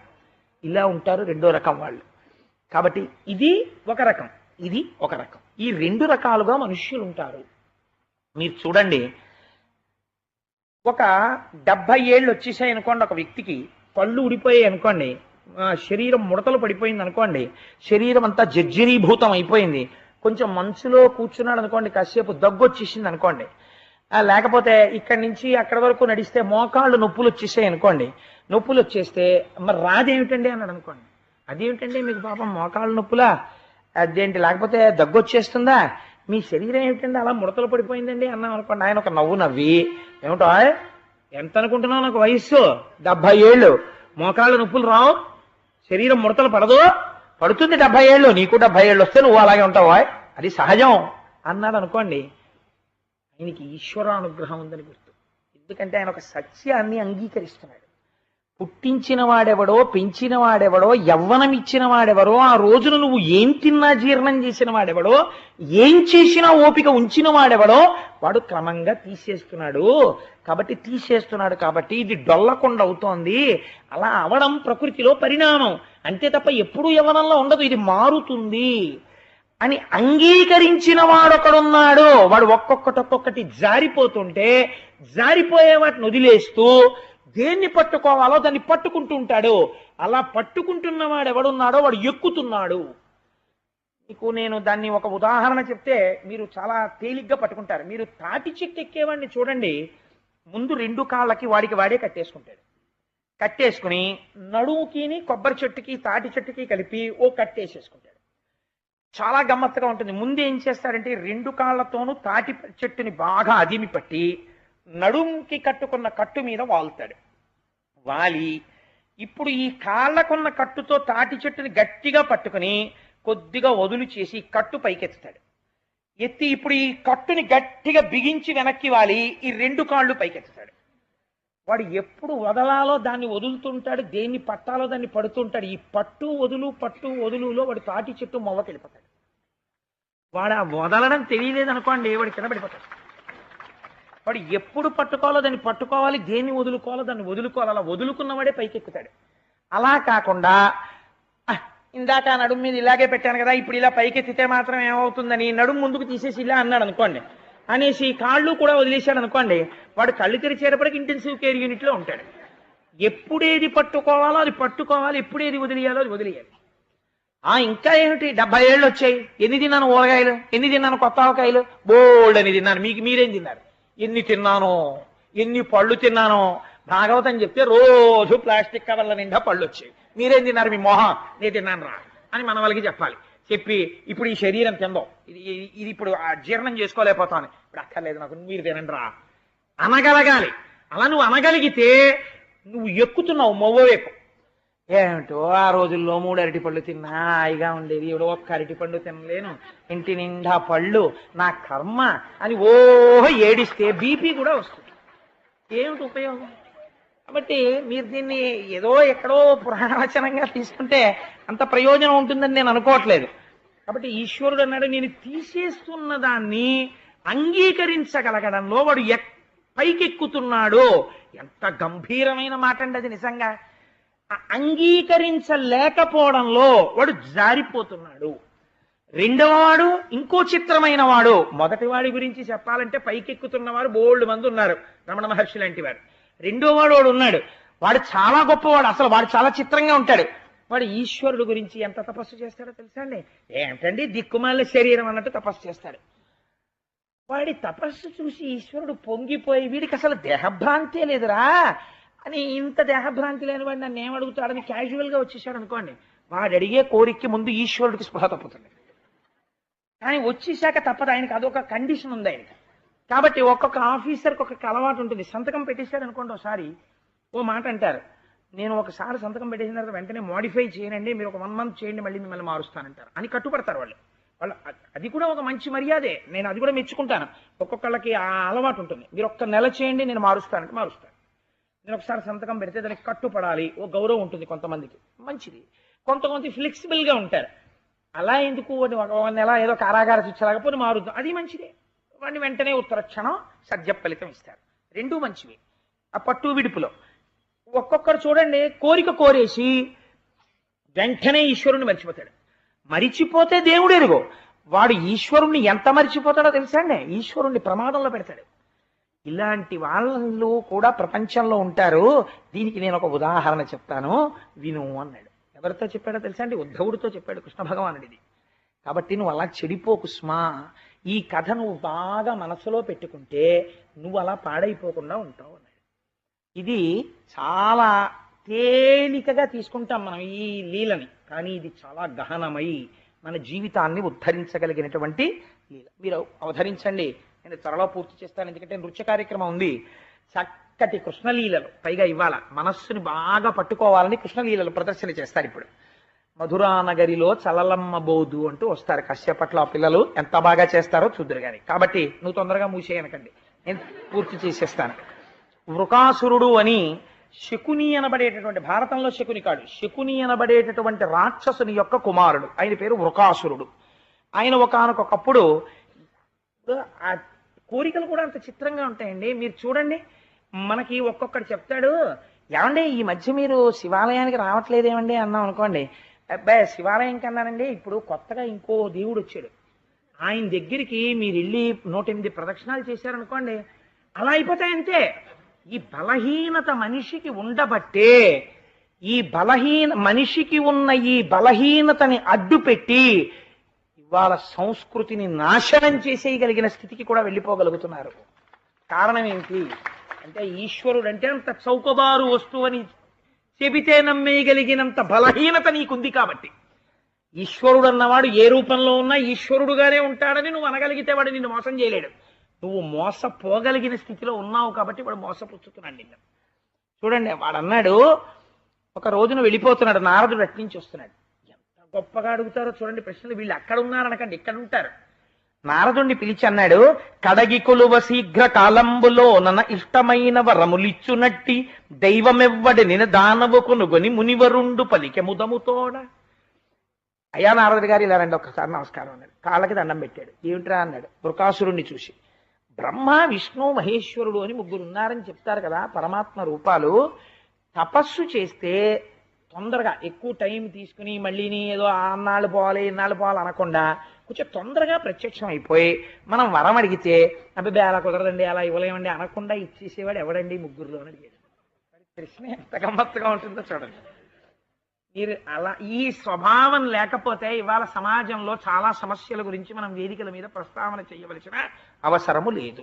కాబట్టి అప్పుడు ఉన్నాడా వృకాసురుడు, ఇప్పుడు ఉన్నాడా? ఎప్పుడూ ఉన్నాడు. కాబట్టి ఈ ప్రశ్న అడిగితే నారదుడు అన్నాడు, ఓహో వీడికి బుద్ధి, వీడిని అడ్డు పెట్టి లోకానికంతటికీ ఒక పాఠం చెప్పాలి. ఇది భాగవతం అంటే. ఈ స్థితి ఉన్న వాళ్ళందరి గురించి ఆ రోజు చెప్పాడు వ్యాస భగవానుడు. అందుకని ఆయన మహాత్ముడయ్యాడు. నారదుడు అన్నాడు, ఒరే బ్రహ్మగారు సృష్టి చేస్తారా, చాలా తపస్యాలు పుట్టలు గిట్టలు పెట్టాలి, అంత గబుక్కుని రాడు. శ్రీమన్నారాయణుడా అసలు సత్వగుణంలోకి వచ్చేయాలి బాగాను, మోక్షం అలాంటి వాటిని అడిగే వాళ్ళ కోసం వస్తాడులే, నీకు కష్టం అవన్నీ నువ్వు ఎక్కడ చేస్తావు. కానీ నీ జాతి వాళ్ళందరూ తొందరగా పడగొట్టగలిగిన వాడు ఒక ఆయన ఉన్నాడు, ఆయన భోళా, ఇట్టే పలికేస్తాడు రా. నాకు తెలిసి బాణాసురుడోడు రావణాసురుడోడు ఇలాంటి వాళ్ళందరూ కూడా, అంటే మీరు ఇక్కడ ఒక విషయం అర్థం చేసుకోవాలంటే, శివుణ్ణి పూజ చేసేవాళ్ళు రాక్షసులని అనకండి. తేలికగా లొంగిపోయే ఈశ్వర స్వరూపం. నారదుడు ఈ మాట ఎందుకు చెప్తున్నాడో తెలుసా అండి? మనందరికీ ఒక పాఠం చెప్పడానికి. తేలికగా ఈశ్వరుడు లొంగుతాడన్నది భావన చివరికి ఎంత భ్రష్టత్వానికి ఎడుతుందో ఆలోచించుకో. ఈశ్వరుడు ఎంత భేదభావన ఏమిటి అసలు? ఈయనైతే చాలా తేలికండి, ఈయనకైతే ఇలా చేస్తే లొంగిపోతాడండి, ఆయనకైతే అలా ఉండదండి, ఆయనకి ఏం చేసినా లొంగడండి. అలా అయితే ఈయన ఈశ్వరుడు కాడు నువ్వు చెప్పే. ఆయన ఈయనకైతే ఇలా ఉంటుందా, ఆయనకైతే అలా ఉంటుందా? ఇంతమంది ఈశ్వరులు ఉంటే ఖచ్చితంగా యుద్ధం ఎవరికి జరగాలి? ముందు వాళ్ళకి జరగాలి యుద్ధాలు. వాళ్ళు ఎప్పుడు కొట్టుకోలేదు. అంటే ఎంత అజ్ఞానంతో మాట్లాడుతున్నాడో చూడండి. ఈ అజ్ఞానాన్ని విరిచి లోకానికి ప్రయోజనం చెప్పాలనుకున్నాడు. అందుకని శివుడు గురించి తపస్సు చేయరా అన్నాడు. అంటే ఎక్కడ చేయనండి అన్నాడు. కేదారం వెళ్ళండి. అందుకని వీడు కేదారం వెళ్ళి తపస్సు మొదలెట్టాడు. కేదార తీర్థంలో స్నానం చేశాడు. వీడు ఎన్నాళ్ళు చేశాడనుకుంటున్నారు తపస్సు? 6 రోజులు. 7వ రోజు వచ్చేటప్పటికి వీడికి టెన్షన్ మొదలైపోయింది. 6 రోజులు అయిపోయింది తపస్సు, ఇంకా రాలేదు శంకరుడు. అంటే ఎలా ఉంటుందో తెలుసా అండి? అవతలవాడి మాట ఏదో నమ్మడం చాలా తేలిక, కానీ ఏమిటో ఇటువైపు పలకలేదు. ఇప్పుడు ఇది వదిలేస్తే ఉభయభ్రష్టత్వం ఉపసన్యాసం. కాబట్టి ఇది వదలడానికి లేదు, అది పట్టుకోవడానికి లేదు మళ్ళీ. కాబట్టి ఏమైపోయాడు? రెండింటి మధ్యలో నలిగిపోతాడు. కాబట్టి ఇప్పుడు ఏమైపోయింది? 6 రోజులు అయిపోయింది ఇంకా రాలేదేమిటి, 6 రోజులు అయిపోయింది ఇంకా రాలేదేమిటి, ఇంటికి వెడితేనేమో మరి ఏదైనా శంకరుడిని సాధించుకొస్తానో ఏమీ రాలేదా అంటారేమోనని వాడికి అక్కస్ వచ్చింది. ఈ అక్కస్ ఎక్కడి వరకు వెళ్ళిపోయిందంటే రాక్షస ప్రవృత్తి బయలుదేరింది. తన శరీరాన్ని తానే ముక్కల కింద కొట్టేసుకుని అగ్నిహోత్రంలో వేయించేశాడు. చూస్తున్నాడు శంకరుడు ఇవన్నీ ఏమిట్రా, వీడి మాంసం వీడు కోసుకుని అగ్నిహోత్రంలో వేస్తున్నాడు ఏమిట్రా అని చూస్తున్నాడు.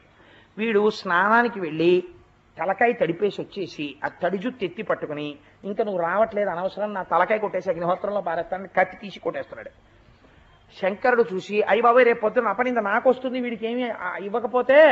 అంటే ఈశ్వరుణ్ణి కూడా ఎంత ఒత్తిడి చేసేస్తారో చూడండి కొంతమంది. ఇలాంటి వాళ్ళని అడ్డుపెట్టి లోకానికి ఓ పాఠం చెప్పాలి మనం అని పరిగెత్తుకొచ్చి చేయి పట్టుకున్నాడు. ఎవరెవరెవరే తలకాయ దింపేసుకుంటాను ఏమిట్రా నేను రాలేదని. ఇంతకీ ఎందుకు శరీరంని కూడా నువ్వు లెక్క పెట్టట్లేదు, నేనే కావాలంటున్నావు, నాకు శంకరుడు కావాలి. శంకరుడు కావాలని ఇంత తపస్సా, తల తెగ్గోసేసుకుంటున్నావా? ఒరే నీకు అసలు శరీరం మీద భ్రాంతి లేదురా, కాబట్టి నువ్వు ఎంత గొప్ప కోరిక కోరుతావు, నీకేం కావాలన్నాడు. శంకరా నేను ఎవరి తల మీద పెడితే వాడి తల పేలిపోవాలన్నాడు. ఇప్పుడు శివుడు తెల్లబోయాడు, ఏమిట్రా వీడి తలకాయ కొట్టేసుకునేవాడు ఎవడి తల మీద చెయ్యడితే వాడి తల పేలిపోవాలంటాడేమిటని. వీడి ధోరణ ఏంటి, వీడికి ఇస్తే ఏమవుతుంది ఇవ్వకపోతే ఏమవుతుందో ఆలోచించాడు ఆయన. ఆయన సర్వజ్ఞుడు, ఆయనకి తెలియదండి, ఆయనకి తెలుసు. ఆయన ఏం చేశాడంటే సరే తథాస్తు నీకు ఇచ్చాను. ఇప్పుడు వాడి తొందర ఏమిటంటే ఎవడో ఒకడి మీద పెట్టాలా చెయ్యి, వాడి తల పేలిపోతే వీడికి this has been tested and proved correct అని. మనకి ట్యూబ్ లైట్ల మీద ఏదైనా ఓ బల్బు కొనుక్కున్నాం అనుకోండి, మనం వెంటనే అలా ఏం ప్యాకెట్లో తెచ్చేసుకోండి, ఒకసారి టెస్ట్ చేయండి అంటాం. వాడు ఏం చేస్తాడంటే అట్ట పెట్టి తప్పించి హోల్డర్లో పెట్టి స్విచ్ చేస్తాడు, ఏమండే అంటాడు, అది తీసుకెళ్ళండి అంటాడు, ఓసారి వెలగాలి. ఇక్కడే ఉన్నాడు కదండి వృకాసురుడు, టెస్టింగ్ అన్నీ అనుమానమే, అన్ని విషయాల్లో అనుమానమే. మీరు ఓ కథ చెప్పారనుకోండి, వాడు ఇంత చెప్పిన దాంట్లో ఇంత మంచి దొరకదు, ఇన్ని అనుమానాలు 2 గంటలు మాట్లాడాడు కదా, పోనివాడు ఆ సాధ్యం కోలా పోనివాడి కంఠాన్ని పెట్టిందేమో అని వాడు ఊరుకుంటాడని మీరు అనుకుంటున్నారా? మీరు దిగడమే తర్వాయి. వాడికి ఎన్ని అనుమానాలు కడుపు నిండా వచ్చేసి ఏమండే ఏమండే అని వచ్చేస్తాడు గబగబా. ఏంటంటే నువ్వు సిద్ధాన్నంలో వాడికి చెప్పేయాలి ఇప్పుడు ఇవన్నీ. వాడు చదవడు ఇంటికి వెళ్ళి భాగవతం, పోని వాడికి అనుమానం వస్తే వాడు భాగవతం చదువుకుంటున్నాడని మీరు అనుకున్నారా? వాడికి మీరు అప్పు ఉన్నట్టు మీరు చెప్పాలి వాడికి. అందుకని వెంటనే వచ్చేస్తాడు, వచ్చేస్తే మీరు వాడికి చెప్తుండాలి. ఒక్కొక్కడి అర్థం ఉండదు అసలు ఆ జీవితాలకి. వాళ్ళు ఎలా బాగుపడతారో, ఎప్పటికి బాగుపడతారో, ఎప్పటికి సంస్కరించుకుంటారో కూడా అర్థం కాదు కొన్ని సభల్లో.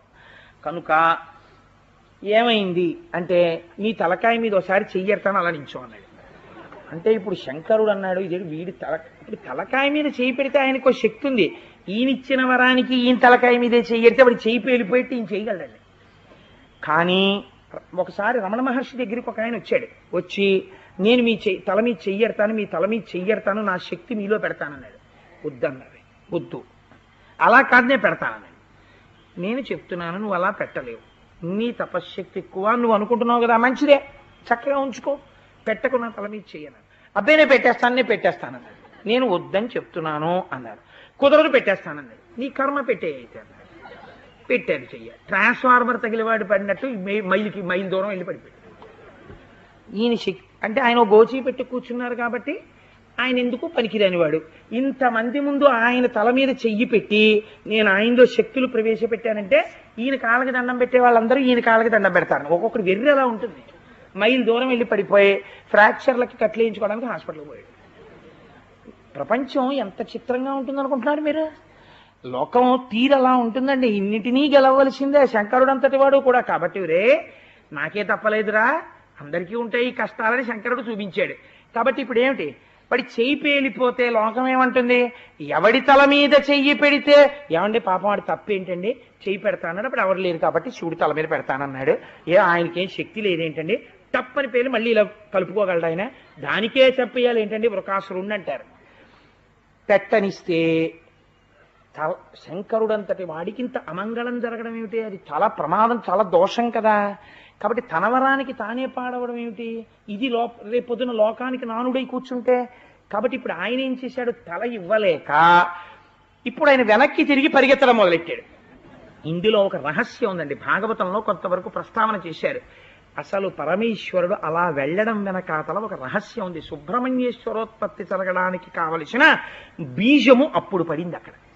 కానీ అది ఇప్పుడు నేను ప్రస్తావన చేయడం కష్టం, చాలా పెద్ద ఆఖ్యానము, దాన్ని నేను స్పృశించను. పరిగెత్తి ఆయన ఎక్కడికి వెళ్ళాడు, వైకుంఠానికి వెళ్ళాడు. వీడెక్కడికి వెళ్ళాడు, వెంటే పడుతున్నాడు. ఆగు తల మీద చెయ్యడతా, ఆగు. వాడి ఎందుకు ఇంకోటి తల మీద, ఓ మేక కుక్క కనపడదు ఏమిటి లోపల. వాడికి అనుమానం ఏమిటంటే ఇచ్చిన వాడు పారిపోతున్నాడంటే ఇచ్చింది తప్పేమో అని వాడికి అనుమానం. అందుకని ఆయన తల మీదే పెడతాడు. వాడు పేలలేదనుకోండి, మరి ఇచ్చావు కదా పేలనే అని అడుగుతాడు. అందుకని అక్కడికే పరిగెడుతున్నాడు వాడు. చిచ్చుబుడ్డి కొనుక్కున్నవాడు ఇంటికి వెళ్ళి చిచ్చుబుడ్డి వెలిగించుకుంటే పర్వాలేదు, దీపావళి సామాను కొట్టులోనే పెడతాను వాడి కొట్టు వెళ్ళిపోతుంది. అలా ఉంటుంది పరిస్థితి. కాబట్టి ఆయన వెంటే పరిగెత్తాడు. పరిగెడితే ఆయన ఏం చేశాడంటే, ఆయనకి కేశవుడికి భేదం ఉండదు. శంకరుడుగా ఇప్పుడు అజ్ఞానాన్ని అణిచేశాడు అనుకోండి, బాగుండదు, మర్యాదగా ఉండదు. శంకరుడు నారాయణుడిగా అణిచేయాలి. కాబట్టి వైకుంఠం దాకా వెళ్ళగానే అందులోంచి శ్రీమన్నారాయణుడు బ్రహ్మచారిగా బయటకు వచ్చాడు. ఒక వటువు రూపంలో బంగారు మొలతాడు, ఓ పచ్చటి గోచి, ఓ 3 పోగులు యజ్ఞోపవీతం వేసుకుని చక్కగా ఓ కమండలం చేత్తో పట్టుకుని ఆయనేమో బ్రహ్మచారిలా బయటకు వస్తున్నాడు. వస్తుంటే అయ్యయ్యో అదేమిటయ్యా అలా పరిగెడుతున్నావు, ఒళ్ళంతా చెమట పట్టేసింది. వృకాసుర, శరీరం అన్నది దేనికి వాడుకోవాలో తెలుసా? సుఖ పెట్టుకోవడానికి వాడుకోవాలి, అంతేకాని అలా కష్టపడతాయేంటి, ఎందుకు అలా పరిగెడుతున్నావు, ఆగు అన్నాడు. అంటే వాడు రొప్పుతూ అన్నాడు, శంకరుడు వరం ఇచ్చాడు, తల మీద చెయ్యెడతానంటే పారిపోతున్నాడు అన్నాడు. అంటే ఆయన అన్నాడు, ఎంత పిచ్చివాడివిరా నువ్వు, శంకరుడు దక్ష ప్రజాపతి యజ్ఞం నుంచి మనిషిలో మార్పు వచ్చేసింది, అవతల వాడిని బాగా నమ్మించాలనుకోండి, ఈయన ఎప్పటి నుంచి మారిపోయాడో వాడు సంఘటన మొదలెడతాడు, నిజంగా ఉందనుకుంటాడు అవతలైన. అందుకని దక్ష ప్రజాపతి యజ్ఞం నుంచి మారిపోయి పిశాచాల్ని భూతగణాలని వెంట పట్టుకు తిరగడం, అబద్ధాలాడడం మొదలెట్టాడైనా ఆయన మాట సత్యం కాదు. పైగా మహేశ్వరుడి దగ్గర ఒక గుణం ఉంది, ఆయన పవిత్రుడిగా ఉంటాడు కదా, నువ్వు స్నానం చేయకుండా ముట్టుకుంటే ఆయన తల ఇవ్వడు, ఆయన లొంగిపోయే మనిషే, కానీ నువ్వు స్నానం చేసి ముట్టుకుంటే లొంగిపోతాడు. స్నానం చేయడానికి ఇప్పుడు నీళ్ళు ఎక్కడ ఉన్నాయండి అంటావేమో, అంత గొడవ అక్కర్లేదు, అదిగో అక్కడెక్కడ కాసిన నీళ్లు కనబడుతున్నాయి కదా. అందుకని కాళ్ళు కడిగేసుకుని చేతులు కడిగేసుకుని నోట్లో నీళ్లు పోసుకుని పుక్కిలించి ఉమ్మేసి ఆచమనం చేసి 3 మాటలు ఆచమనం చేసేసి మహేశ్వరుడు తల మీద చెయ్యెట్టాయన. ఆచమనం అంటే ఇవ్వాలంటే మనం ఆచమనం చేసేటటువంటి ఆచమనం 3 మాటలు అని తాగేస్తాం, అది కాదు. అప్పుడప్పుడు సుబ్రహ్మణ్య శర్మ గారి వేదిక మీద సంధ్యావందనం చేస్తూ చేశారే, అది ఆచమనం అంటే. ఆచమనం చేసేటప్పుడు చేసుకుని పెదవులు తుడుచుకుని కళ్ళు తుడుచుకుని అదేంటి శిరస్సున పవిత్రోవాన్ చల్లుకుని అవన్నీ చేసుకుంటారు. అది చేసుకోవడంలో వాడేం చేశారంటే ఆ ఆచమనం చేస్తూ తలభాగము అంటే శిరస్సు ఇక్కడి నుంచి వచ్చేస్తుంది, వాడు ఇలా అంటూ టక్కని దగ్గర పెట్టాడు, ఠప్ అని వెళ్ళిపోయింది, గొడవ వదిలిపోయింది అనుకున్నాడు శ్రీమన్నారాయణ. కాబట్టి ఇది చెప్పి ఆయన అన్నాడు, చూశావా కొంతమంది ఎలా ఉంటారో, వాడికి కోరిక తీరిస్తే వెంటనే వాడు మర్చిపోయింది ఎవరిని, అవతల వాడు ఈశ్వరుడని మర్చిపోయాడు. టెస్టింగ్ ల్యాబొరేటరీ కింద కనపడ్డాడు ఆయన. కనపడ ఆయన వెంట పరిగెత్తాడు, ఏమైపోయాడు, నాశనం అయిపోయాడు. మనుష్యులు అంతేరా, ఈశ్వరుడు కావాలంటారు, కోరికలు కోరుతారు. కోరిక తీరిందనుకో, ఈశ్వరా నా కోరిక తీరిందని ఈశ్వరుడికి కృతజ్ఞత చెప్పరు, వెంటనే మర్చిపోయేది ఎవరంటే భగవంతుడినే. నా అంత వాణ్ణి నేను చేశానని ఇలా చూపిస్తాడు, నేనేనండి ఇవన్నీ చేశానంటాడు అని అహంకారంతో ఇలా చూపించి ఈశ్వరుణ్ణి మర్చిపోతారు. కానీ వాళ్ళు ఒకటి మర్చిపోతున్నారు, ఇలా అనుకోవడంలో వృకాసుర హస్తము ఎక్కడో లేదు, ఈశ్వరుడు కాదు నేనని ఇలా అన్నప్పుడల్లా వాడు పేలిపోతున్నాడు. కాబట్టి ఇలా అనకు, వాడు అని ఇలా అనడం నేర్చుకుంటే నువ్వు ప్రహ్లాదుడు అయిపోతావు. ఇక్కడే వృకాసురుడిగా ఉంటావా ప్రహ్లాదుడిగా ఉంటావా అన్నది తేడా వచ్చేస్తుంది సుమా అని ఉద్ధవుడికి కృష్ణ భగవానుడు ఈ కథని భాగవతంలో చెప్పాడు.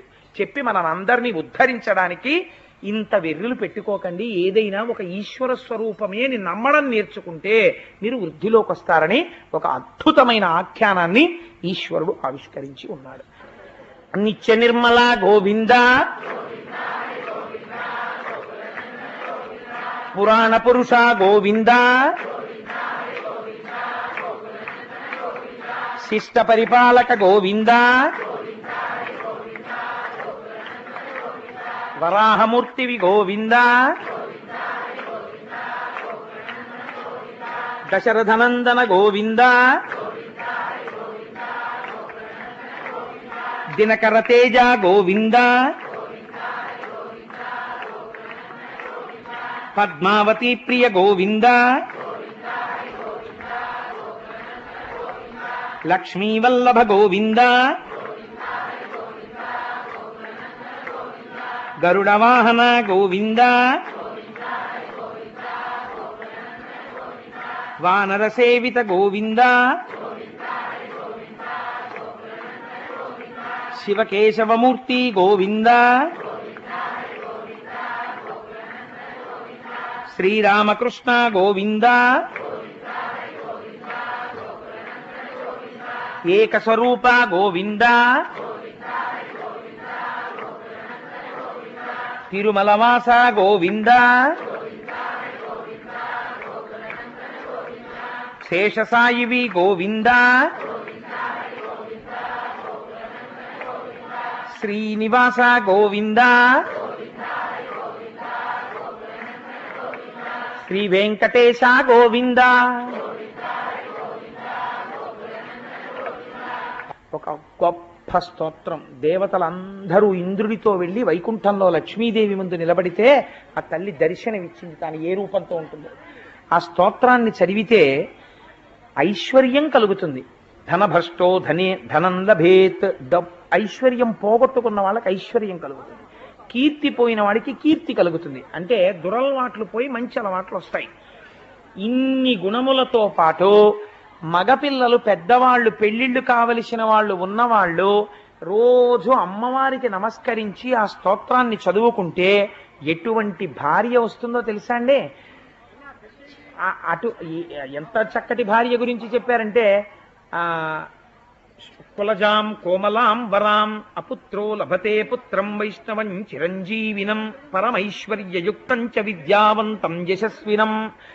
చక్కటి కొడుకు, మహాభక్తుడు, జీవితాల్ని ఉద్ధరించగలిగినటువంటి వాడు, పరమ కోమలమైనటువంటి భార్య, అతి సుప్రియవాదినీం, మనస్సు నచ్చేటట్టుగా మాట్లాడి తన జీవితాన్ని 3 తరాలు చూడగలిగినట్టుగా, అమంగళములు తొలగించగలిగినటువంటి మంచి పాతివ్రత్యముతో కూడినటువంటి సౌశీల్యవతి, సౌందర్యవతి, భర్త మనస్సుని గెలుచుకోగలిగిన మహాపతివ్రత అయిన భార్య లభిస్తుంది.